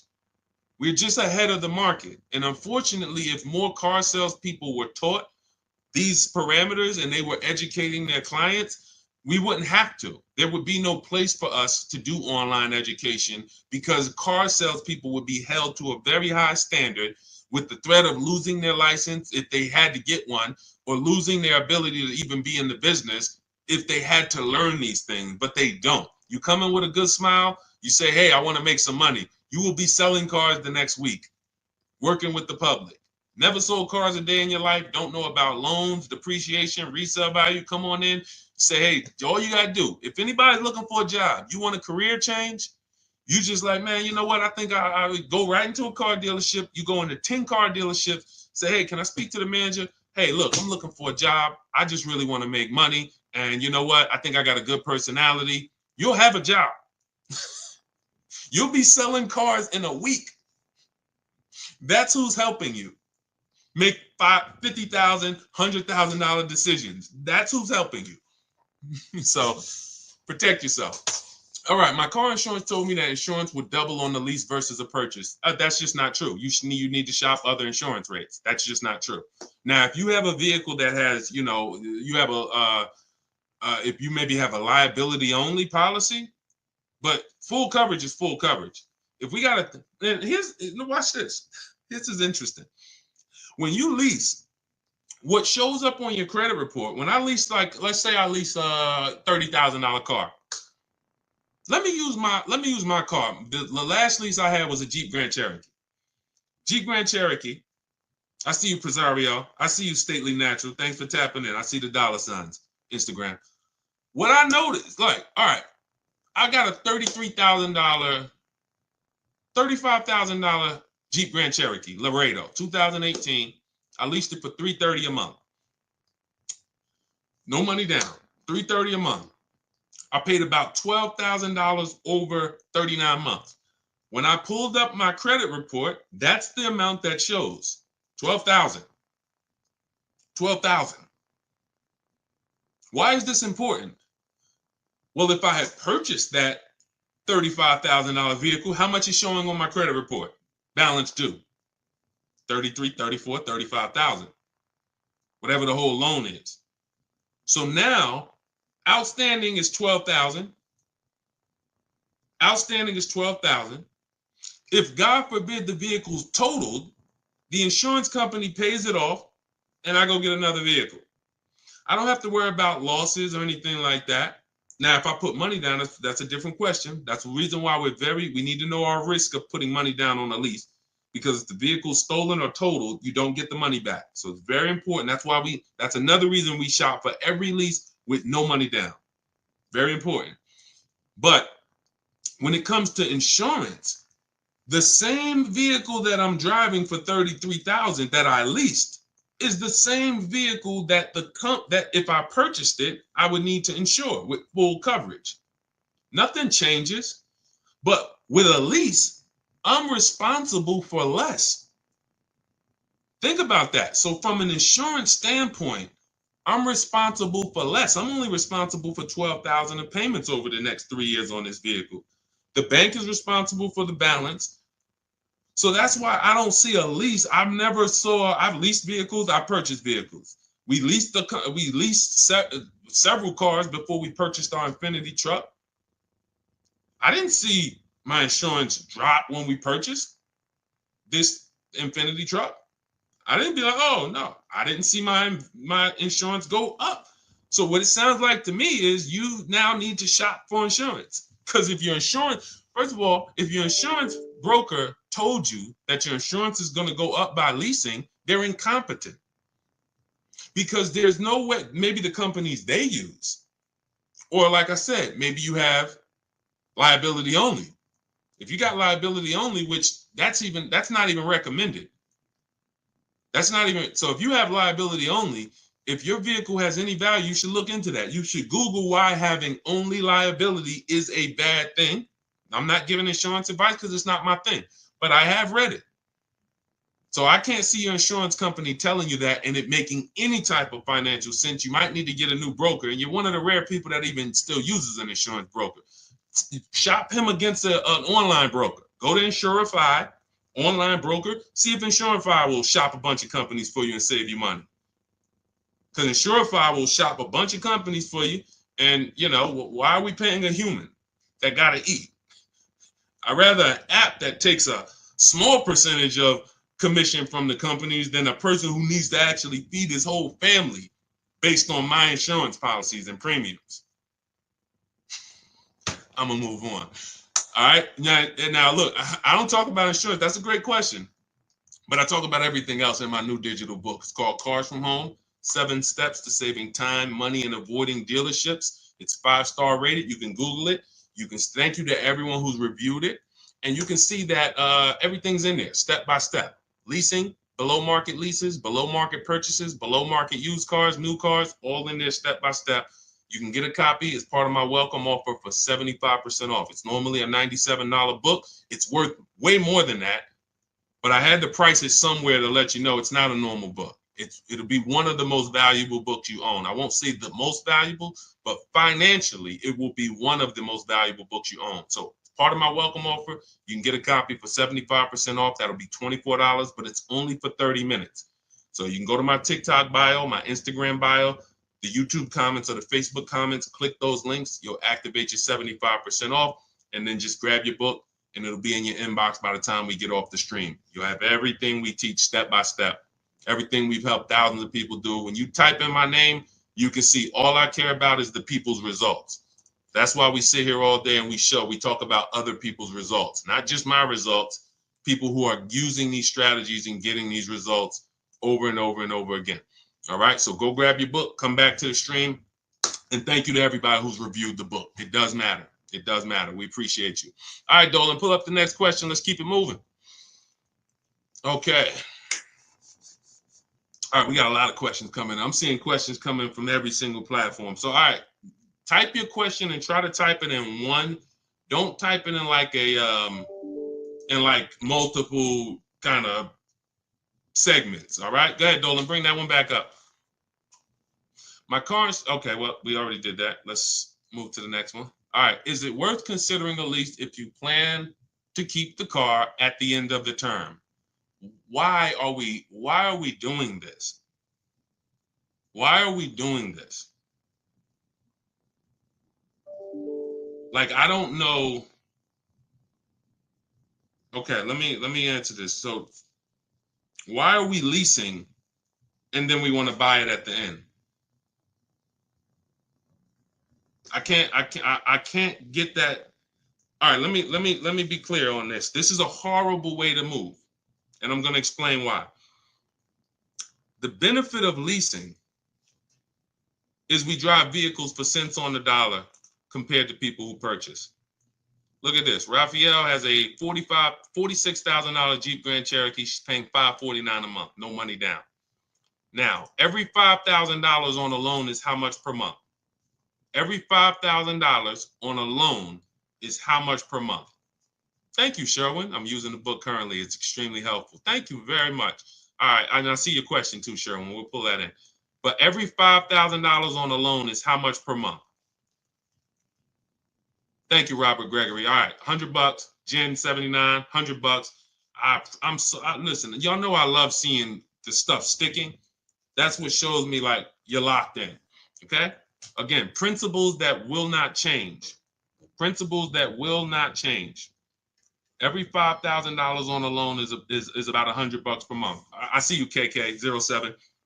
Yes. So now let's compare this below market lease that Raphael got for $549 to what it would have cost her if she purchased this Jeep. Let's just say, because I know what you're thinking. Well, Deshone, we're not paying list price there. Let's just say that she got a great deal.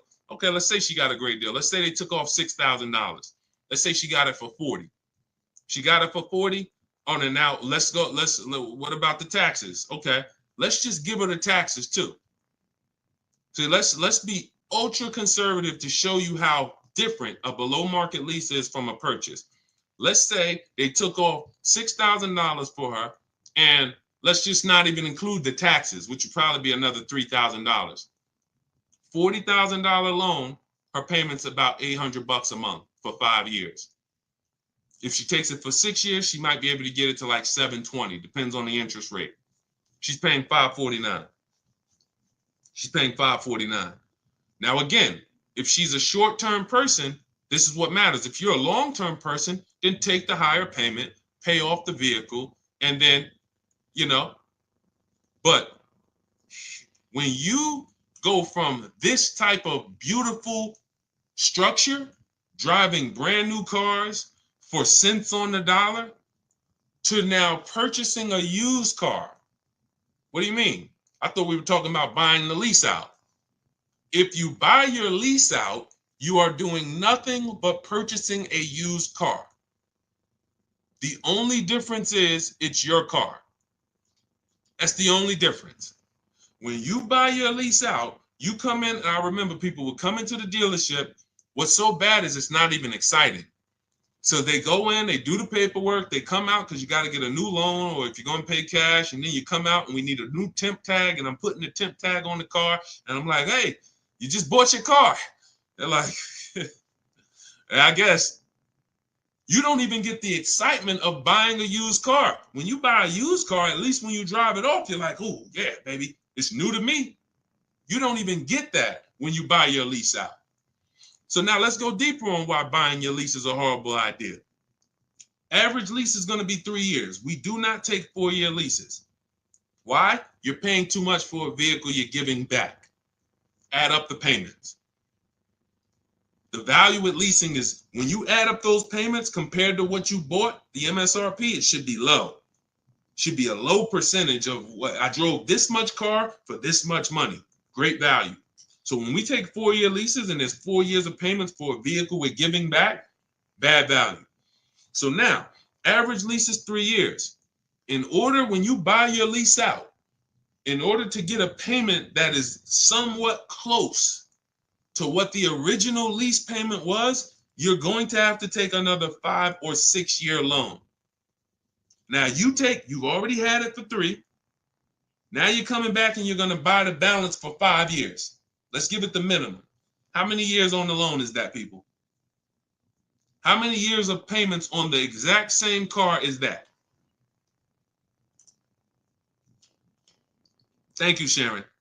Thank you, Tanj. 8. Nope, Jim. It's 84. No, I'm wrong. It's 96 months. Jim says 72 months. No, it's not. 72 months would be 6 years. That's the max loan that we take. In my book, I have something called the rule of 72 and the 10th birthday, which means you should never take a loan longer than 72 months, and your car should be paid off by the 10th birthday if you want to avoid the risk of having an older car with a payment. Things can go wrong and you still have a payment. So we never take a loan. So 72 months, Jim, is 6 years. When you buy your lease, when you lease for 3 and then you buy it for 5 years, that's 96 months of payments, 8 years of payments on the exact same car. What smart person is taking 8-year loan? Anybody signing up for that?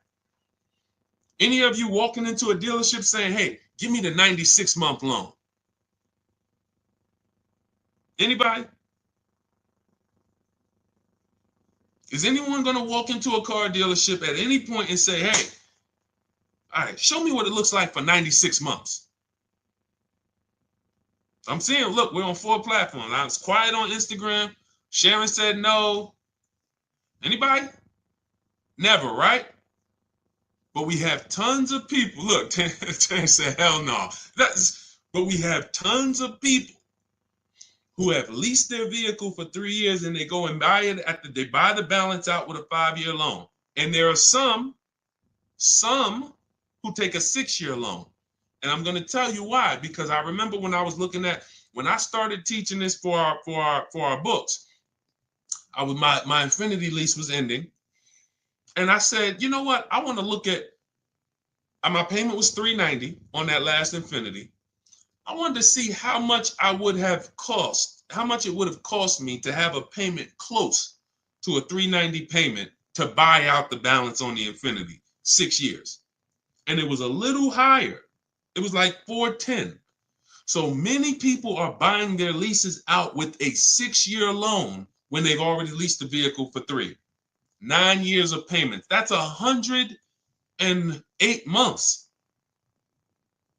It's 108 months of payments on the exact same car. The bank loves you. That's why we don't mix buying versus lease. We don't mix. If I'm going to lease, look, here's the question. Simple things. Simple principle to lock in. When I'm leasing, my first question whenever I'm buying my vehicles is, am I going to keep it more than 8 years? Am I going to keep it definitely more than 8 years? If your answer is no, okay, I'm shopping for a lease. Okay, my lease is about to be up. All right, time to start thinking about my next vehicle.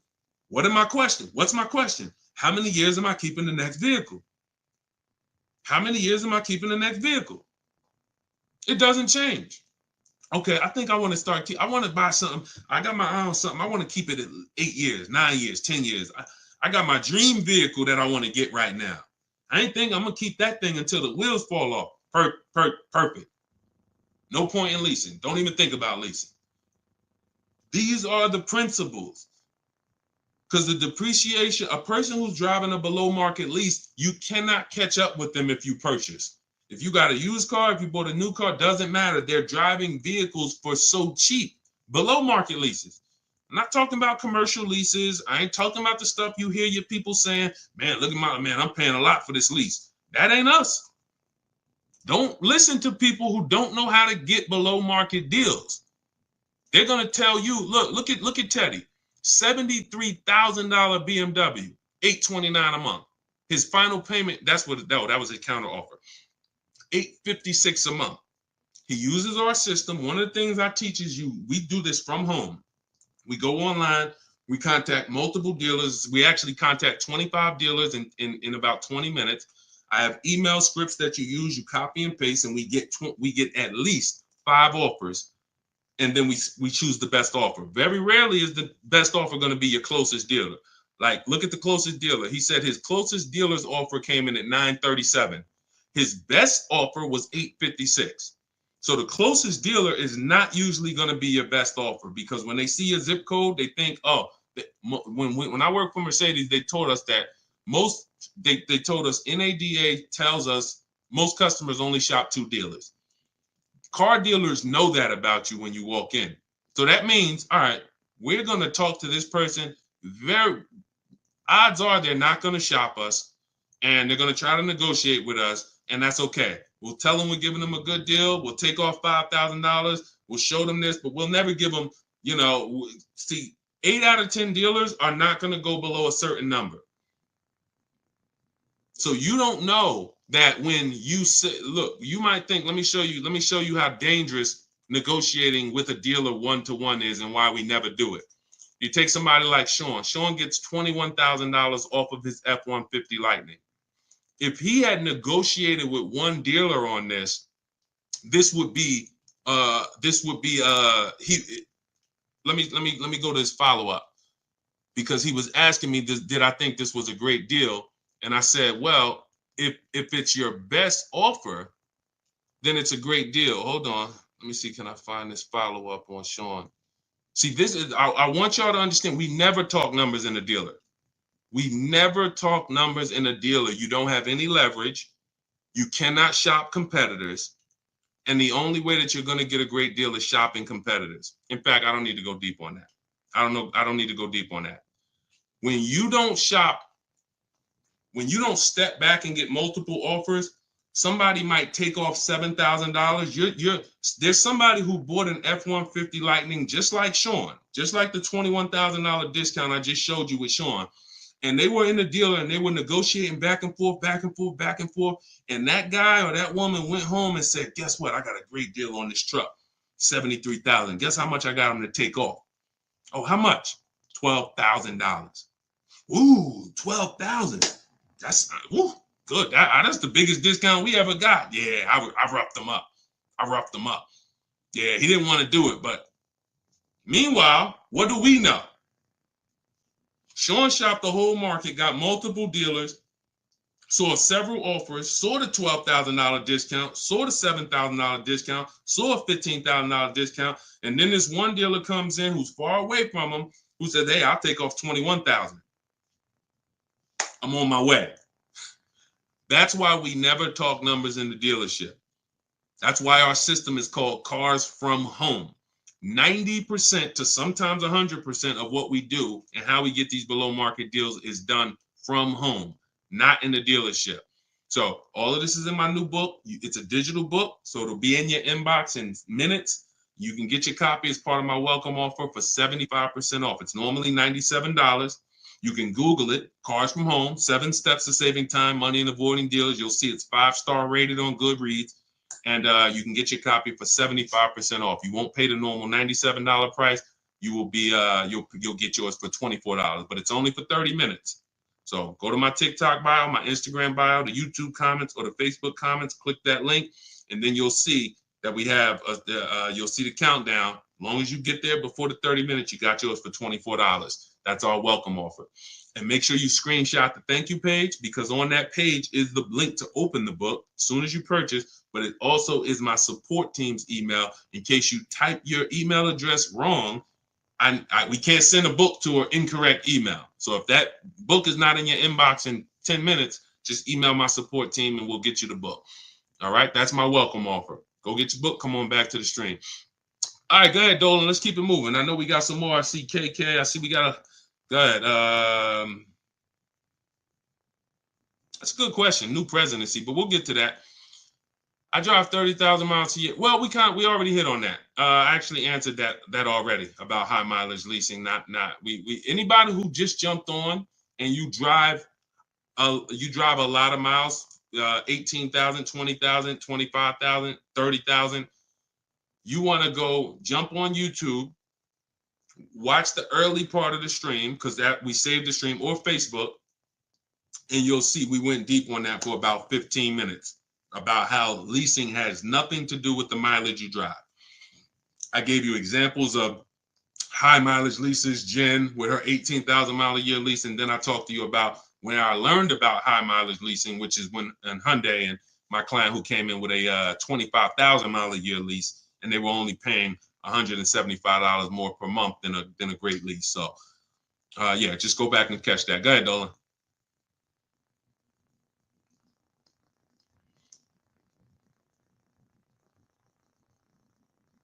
Go ahead, Dolan. This is a similar question. 30,000 K lease with just a similar question. My daughter just crashed her car. Sorry to hear that. Credit is mediocre. Any tips? I go the least expensive car that I can get.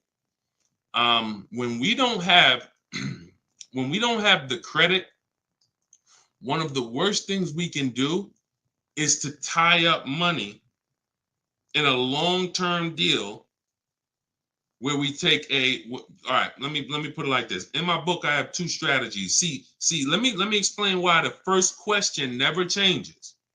First question is always, how many years are you going to keep the car?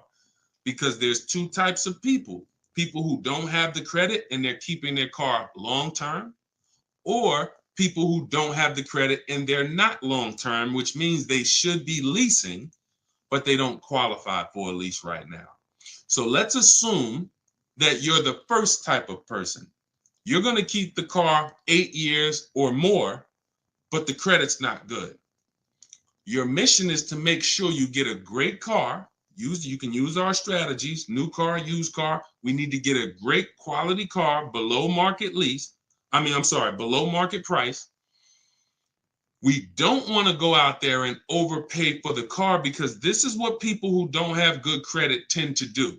You go out with desperate vibes, desperate energy, and you basically say, whoever can get me in a car, I'll sign up for it. Which is why I've seen people rave about, hey, go see Joe. Man, and one thing about people who don't have good credit, they will go and tell their friends, and any of their friends who may not have good credit, hey, go see my man Joe, he'll get you approved. Joe is making tons of money on you, because Joe is making, I remember these deals would make $8,000 to $10,000 minimum for the dealership. Between the price of the car they sold you for and between the loan, these deals were washing out at $8,000 to $10,000 minimum. Very, very profitable deals for the dealership. Why? Because the people they don't know there's other options. Whenever we buy a car, we always separate the purchase of our car from our loan. We don't mix these two things, because we need to get bids. Some of you who've been on our streams, you know everything we do is a bid. We need to be getting bids. When we're getting our loan, we have multiple banks and credit unions submitting offers to us, and we pick the best one, because there's a lot of money in loans. Why do you think banks are in the loan business? There's a lot of money in loans. They don't sell cars, they sell money. When we are purchasing a car, we are getting bids because all the dealers have different prices. So someone needs to win a bid. When you go into one dealer and just work with them, you've given yourself no opportunity to see the market and get bids, get offers, multiple offers. And when we sell our car, we get bids. We only sell our cars to companies where we could get multiple cash offers. Driveway, Vroom's out of business. Carvana, CarMax. We have 6 companies in my book. This is step 2. So the point is, if we are a long-term person, our mission is to find the best car we can find, because we know we're going to pay more in interest. But interest can be fixed with a refinance when my credit's better. So if I was buying a car to keep for a long time, 8, 10 years, but I don't have the credit, I'm going to go and I'm going to find the best car. I'm going to shop for my loan independently. We have a strategy in my book. It's called the bank bidding war. We separate these things. Now, because your bad credit or your mediocre credit should not be between you and the dealership. It's between you and the people loaning you money. Type a $sign if that makes sense. I'm going to say that again. Anyone who has mediocre credit or bad credit Your bad credit or mediocre credit is not between you and the dealership. The dealership sells the car. It's between you and the lender. The lender comes to you and says, hey, all right, you're buying a $20,000 car here. We'll loan you the money, but we got to charge you 22%. Cool. I got a great price on the car, though. I got a great price on that car, which makes it even better for the lender because they're going to see, okay, the loan to value rate. Yeah, you did get a great price on the car. Helps us just in case we need to repo the car. We like that you're not underwater. Versus walking into a dealer saying, hey, you know what? My credit's not good. Can you get me approved? Now, not only are you going to pay 22%, but you're going to pay for the same car that you could have got on the market for 20. They're going to charge you 23 plus interest. So now they're burying you because you came in desperate. So my mission would be to find a great car, shop for my loan separately, and then realize, all right, if I'm paying 22%, all right, let me work on my credit. Work on my credit. Great. Year from now, 18 months from now, I got good credit. Let me refinance this car loan. I'm keeping the car though. That's different than a person who's not going to keep the car. It's a short-term person. If I'm a short-term person, I should be leasing, but I can't qualify for a lease right now because I'm not at like a 660 credit score or higher. Let me just all right, let me go and I'm gonna buy an inexpensive car, least expensive car I could get, $10,000, $12,000 quality car, and then I'm gonna flip out of that car in 2 years. I'm gonna have 2 years of on-time payments, build up my credit, and then I'm flipping into a lease. Everything we just laid out is not what most people do. Most people will go in, they say, look, my credit's not good, but I want to get that $23,000, Honda Civic with all the features. Honda Accord with all the features that I want. Boom. Now they're overpaying for the car, not really shopping for a quality car. Maybe they got it if it's a Honda, but you still could get a bad Honda. Are you checking service records? Are you checking accident history? You could have a great car, but you bought a bad one.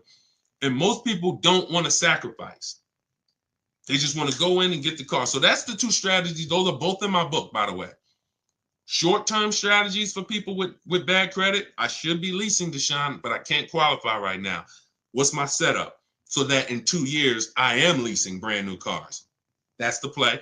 And then the long-term strategy for people who are buying, don't have the credit right now, is quality car. Let's get our loan. We'll pay more for it. When our credit's better, we refinance the loan. Both in there. So if you want to get your copy of Cars from Home, my new digital book, it's 5-star rated. You can go to my TikTok bio, my welcome offer, 75% off. You'll have everything I laid out step by step and more. Because your household's going to be different. The reason why Cars from Home, my new digital book, is so valuable is because in your household, let's say your spouse wants to lease, your daughter needs a pre-owned car, you want to buy a new car, it's all in there. Your spouse is a high mileage driver, your daughter wants a used car, you don't have good credit. There's 3 different strategies in there for you 3. Y'all are 3 totally different people, and each path is in that book for you guys to get to the below market purchases based on that. Okay, so if you want your copy, go get it. It's part of my welcome offer, 75% off, but only for 30 minutes. In my TikTok bio, my Instagram bio, the YouTube comments, or the Facebook comments, click that link, go grab your book. You'll get it for $24 instead of the normal $97 price, as long as you get there before the 30-minute timer expires. Right? Go ahead, Dolan, shoot the next one up.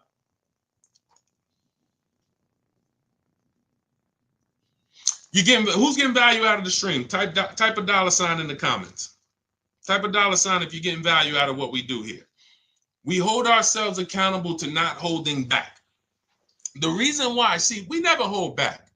It's all about, if you can remember all of this. I got tons of free videos that's been hitting the airwaves for 3 years. You want to try to maneuver through them all, piece stuff together, God bless you.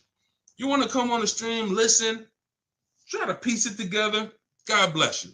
Some of you like, yo, I ain't going to remember all of this. Let me go get the blueprint.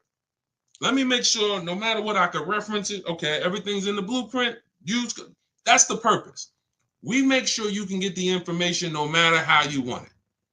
No matter how you want it. Some of you who like Deshone, you work with people. I see you showing a lot of people in your Facebook group. Yeah, we work with people all the time. I've worked with over 2,000 people since 2021. We have a video where we could, jump in a Facebook group where we do Zoom calls twice a month. Just go to my bio, go to the same links. You'll see, Dolan, can you post that link for the Shop with Deshone in the comments for YouTube and Facebook? Those of you who want to know about us actually shopping together, that's fine too. Again, get in where you fit in. Whatever, I don't care how you get the information, use it so that you can keep this money in your family's bank account and out of these cars. These cars are sucking up people's money like relentlessly. How do you see the new presidency affecting car buying and rates? Whatever the market does, there's always three prices: above market value, below market value. We got deals. Let me show this deal that Bonita got during the pandemic, which has been historically, they say, the worst time to purchase a car. Now, I told people for years, if you didn't need to purchase, hold out, let this whole thing blow over, unless you had a vehicle to sell. Because if you had vehicles to sell that you could sell, cash out, because they were worth $7,000 to $10,000 to $12,000 more than they would be worth today.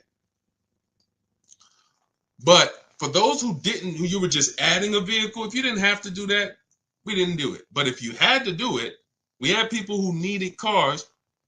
Come on in. Let's show you how to get below market deals, even when the market's high. Bonita gets her Kia Telluride, December 2022. This is still when people were paying $5,000 over sticker for Kia Tellurides. She stays at home. She uses our system. She gets multiple offers.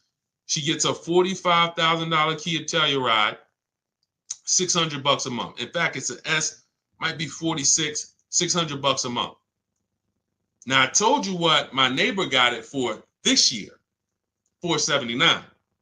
We don't know if it's the same model, but let's just figure it's similar. So below market at that time, the below market leases on Kia Tellurides was $600, because there were people leasing them for $700, $800, $850.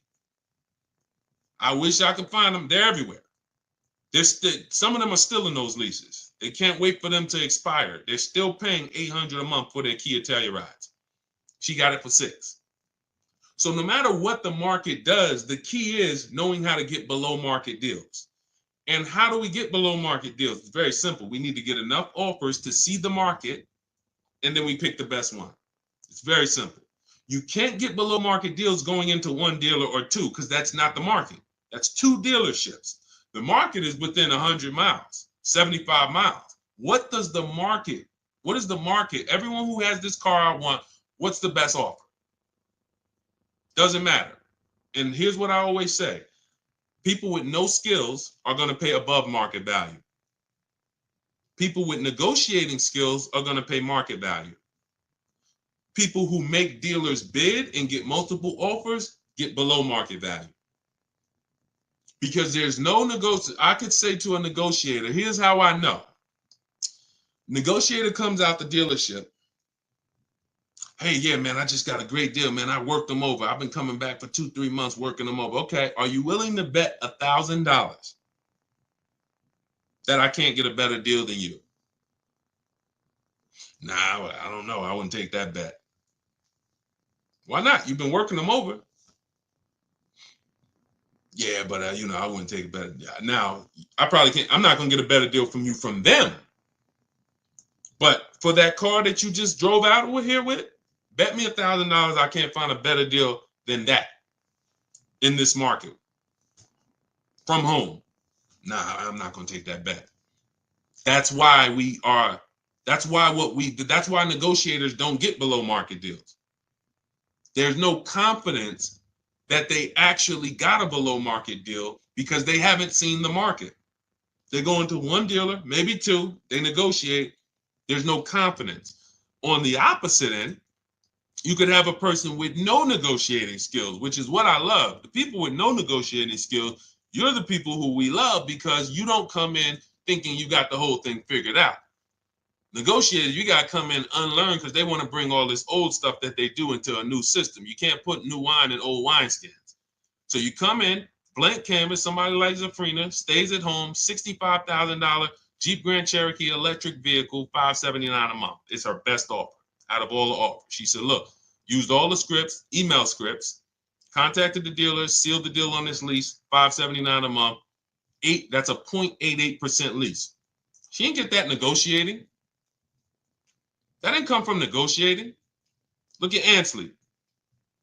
In fact, look at Rosalie. $60,000 QX60 Infinity 2024, $592 a month. I'm gonna leave that up for the people who will read it. $592 a month. Not from negotiating. She didn't get that going back and forth, sweating, sitting at home, letting the market come to her. So a presidency is not going to change anything. No matter what the market does, we are going to be getting below market lease deals, below market purchase deals, below market used car deals. It's not going to change. People with no strategies are going to just broadcast to you. There's no deals out here. When you hear that, don't believe it. Look, if you're in our world, all you'll do is just feel bad for them, man. Listen, man, you should check this book out. Get all these offers, man. You like call around. Even if you tell them, call around. Get at least 5 offers. Even if you can't get them to come over to our world, totally. Hey, call around, man. Call a couple dealers. Get at least 5 offers. Don't just go to this one-to-one thing. Oh, man, yeah, cars are expensive now. Anyone talking like that, they don't know how to shop. So what they want to do is broadcast that to you and have you be like, oh, there's no deals out here. Now you walk into a dealership and you just like, hey, yeah, man, you know, I know it's no deal. I think about we used to get deals back in the day, man. We would get big discounts off, and the car salesman sitting there like, yeah, it's crazy how the market's changed, right? Like we can't even, you know, these cars are now selling for, you know, there's no cars out here, right? You know, inventory is still limited. Is it? Yeah, man, it's, yeah, after the pandemic, you know, we had the pandemic with the chips, you know, we had the, you know, then we had the strike. You remember the auto worker strike? Yeah, that's right. Dang, man, it's like we just keep getting hit like, oh, and then we just got to pay it, right? It just falls on us. Yeah, it's sad, but look, here's what I do. I'm going to talk to my manager, and we're going to make you the best possible deal we can. I guarantee you that. All right, man, you're going to have to work with me. Man, you sitting there with a shark. You are blood in a shark's mouth. He can taste it. You just said everything I need you to say for me to know that I'm about to make 5, 10. I might make a $1,200, $1,500 commission on you because I'm gonna make 10 grand for the dealership. These people are not your friends. And look, I'm the bad news first person. Look, I don't leave you there though. So I'm not the person who sits here and just goes bad news. But I gotta tell you that that you shopping the way they have programmed you to shop is bad. I can't sit here and make it look like you guys are doing okay. You know, just keep going that way. Let me teach you some negotiating tactics to go back and forth with these car salesmen that negotiate 3 times a day, 15 times a week on cars, and you never know what they own the car for, but I'm going to give you some tactics where you could go toe-to-toe with them, and you can't win. You don't know what they own the car for. You don't know. The name of the game is step out of it, step back, relax at home where you're in control, use the internet, a beautiful tool that allows us to shop for TVs, shop for groceries. We can shop for all of these things comparatively, right?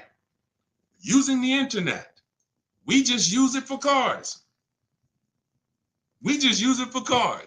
That's exactly, Sherwin. That's why we need the 25-5. Exactly. How can you tell if you're getting a deal when you're looking for a vehicle that is being marked up? Multiple offers. It's very simple. We expose the dealers who are charging high prices. Let's go back to Teddy's deal. I would assume that on Teddy's BMW here, $73,000 BMW, he said his highest offer, he said, I received 10 offers. I only used the scripts provided. That's the email scripts. closed on a 2024 BMW i4 M50, $856 a month. His highest offer during this process was $1,123. There's no doubt that that was a marked up offer. That dealer is going to sell that car to someone else. But when we shop, we're talking to people online by email, and we're getting their best offers. Some dealers' best offers are marked up.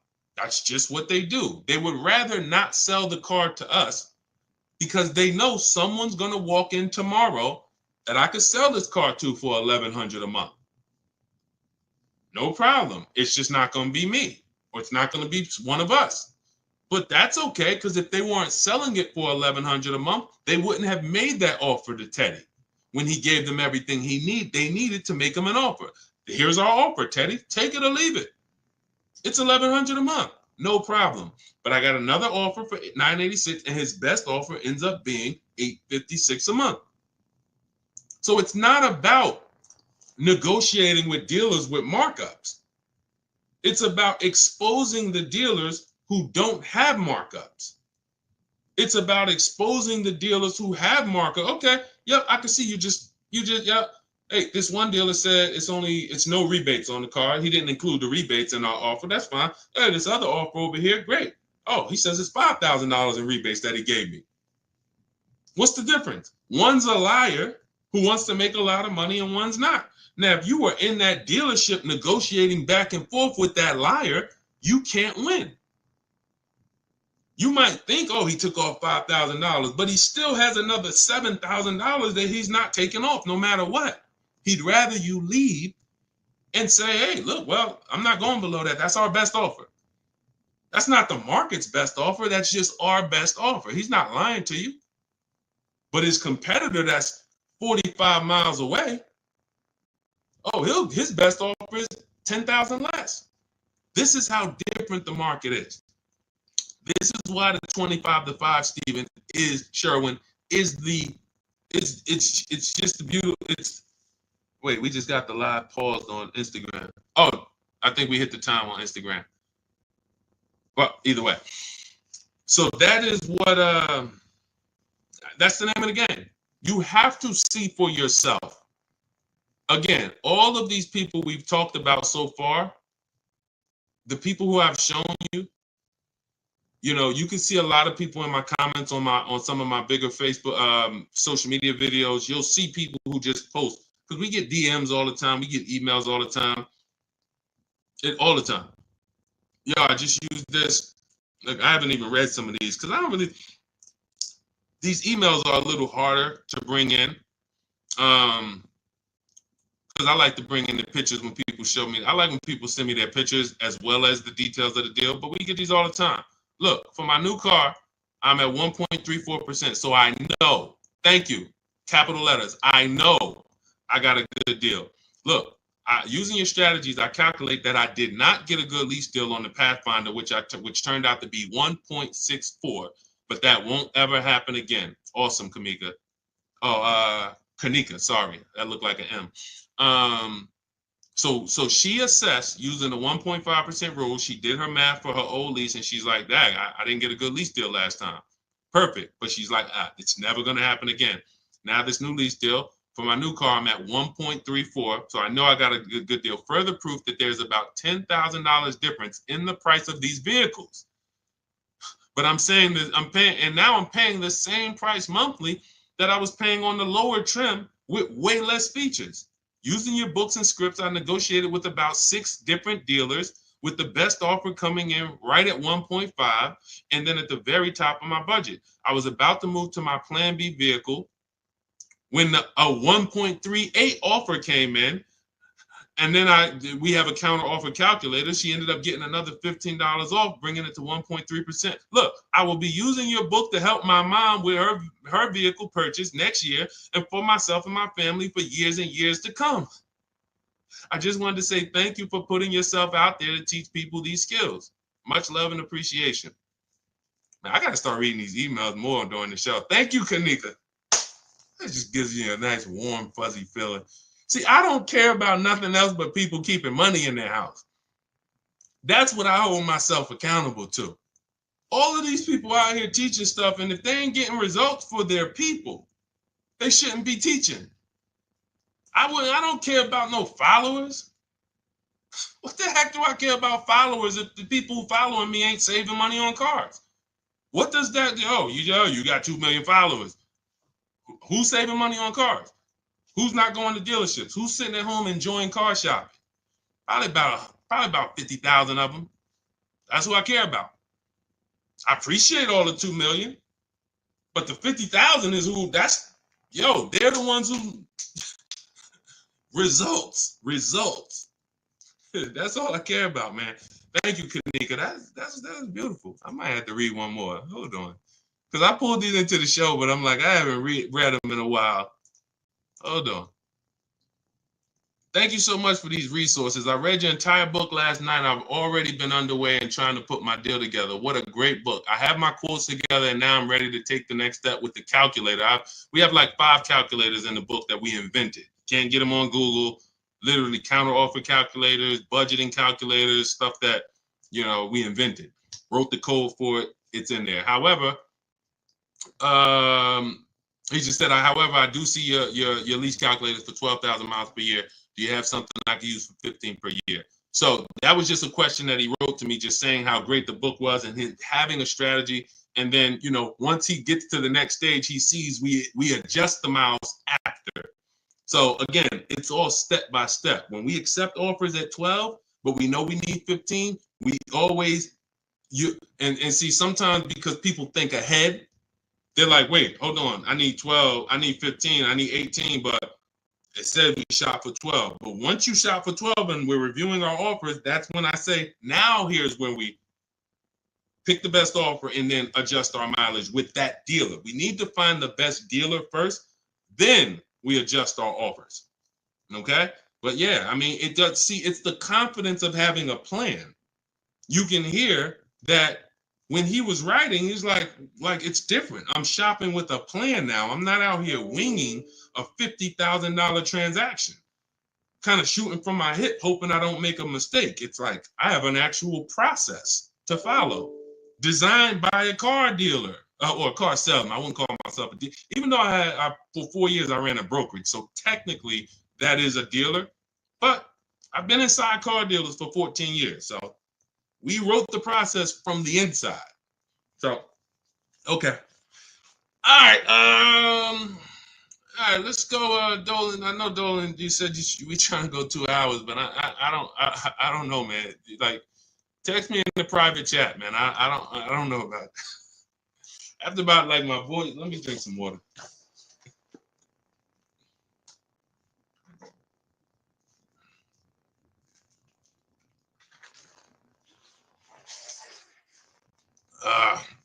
If you lease, do you have to pay the taxes? They go in the payment. When we lease, we have a template that we send out to dealers. And here's what it says. You have to tell dealers how to give you the offer. Part of the problem with why your shopping online is not working, why it's frustrating, it's 2 reasons. 80% of dealers are here to make it hard, because making it hard makes them more money. They are trying to frustrate you to get you to come in. That's why you notice, who notices, type right. Type right if you notice this. One of the first questions that you're going to get when you're on the phone with a dealership is, when can you come in? Is that right or right? Right? You're not even on the phone with them for more than a couple minutes before, hey, when can you come in? Correct? Right? Okay. Thank you. So that's the goal. I need to get this person here by any means necessary. So they're going to say a bunch of stuff that's not true. So I see you, Sherman. I see you, Sugar Mom. A bunch of stuff that's not true. Like what? Your best deal is going to be if you're here. Not true. Your best deal is going to, we only, if you come here, I guarantee your presence is your leverage. Not true. Your presence is no leverage. Can't see the market when I'm sitting in your dealership. So you have to tell dealers how to quote you because they're going to quote you the way they want to quote you. So we always request our quotes with 12,000 miles per year, first month's payment only, due at signing. So I'm giving you my first payment, I'm driving off. Now, when we shop for purchases, we shop all in numbers. We shop all in. Tax, title, fees, everything included. Now, when we're shopping for a new car purchase or even a used car, we're looking at all in numbers because remember, we're getting our financing separately. Then we give the dealer a chance to beat it. We do a bid for that. That's called the bank bidding war. So, but we have a particular way that we're requesting our offers for us to be able to compare them. We don't let them, and even when we send out our templates, you're going to see some dealers, the 80%, don't listen, which is why we have to send stuff twice. Copy and paste is going to be your best friend when you're buying a new car, used car, using what we teach. Copying and pasting, copying and pasting. Now, we're requesting them to put the lease in the payment, but part of what we need for them to even give us an offer is they need to know what vehicles we're looking at, what are our options, what are we open to, colors, equipment, trim level. Do we have multiple options that we can consider with them? They need to know what we do for a living because they need to know if do you have any rebates? They need to know what memberships we're a part of, AAA or, Costco. We had somebody who got a Volvo last year. She said she got an extra $1,000 being a Costco member. That was a California deal. So all of this stuff matters. When a dealer is trying to give you their best offer, they need to know everything you qualify for. There's conquest rebates or loyalty rebates. What vehicles do you have in your household now? Do you have any competitive vehicles? That's why in our template, we fill all this stuff in, then we send it off. So when you're trying to shop online, you're wondering, why can't I get, the shopping online? I tried it, it's not working out because you don't know what to give the dealer. They need the zip code to factor in your taxes. This is stuff that you're thinking when they ask you this, you're like, wait, why are they asking me for this? They're trying to explain. No. So you're going to just go in and say, well, man, this is frustrating because you don't actually have an online shopping process that works. You're winging it. And you don't realize that I can't even shop online because I'm defensive because the dealer is going to ask me for things that they need to make me an offer. And I think they're asking me for it because they're trying to get too much information out of me. Why you want to know what kind of vehicles I got? I'm not trading nothing in. Well, because we need to know, do you qualify for any rebates? That's why the templates that we have are so valuable, and that's why we save so much time, because we're just copy and paste, copy and paste, copy and paste, everything that's necessary for them to give us an offer, they have it. So we literally cut through all the garbage that most shoppers are going through with them. Most shoppers, they're not giving them the information. It's a horrible experience for both people, the shopper and the car salesman, because they're like, yo, this person just, man. And they really are like, yo, if you just come in, and the person's gonna come in because they just don't know. Like, we can't do this. You don't realize that we need this information. But our process is great for both people. Because you fill in the templates. All right, yo, here's what I do for a living. Here's my cars. Here's my deadline. Here's my profession. Here's my memberships. Boom, here you go. These are the parameters, how I want you to quote me. Car salesman gets it and like, oh, wow, okay, good. This is more than any customer's ever given me. Hey, let me see what I can do for them. Easy for both people. The people that sell us cars, they're only working for us for like 20 minutes. They love us. The dealers that win the bids for us, they're like, man, thank you. Because how long did I got a video, I posted it. Some of you saw it. And when I got my Infinity truck, I recorded it. I asked them, how much time did this whole thing take? He said, not even 20 minutes. Once we took out the test drive, not even 20 minutes when I bought my pre-owned Infinity. And it was a below market, 42% off the new price. It was $54,000. It was the best. Long story. I ain't going to go into all of that. But it was a great used car deal and literally 20 minutes of the car salesman's time. Meanwhile, they got people in there 5 hours that ain't buying a car. Been there 5 hours, negotiating back and forth. They're making them a good offer, and they just like, well, I don't know. You know how many times I was making a person a below market offer and they just wouldn't take it?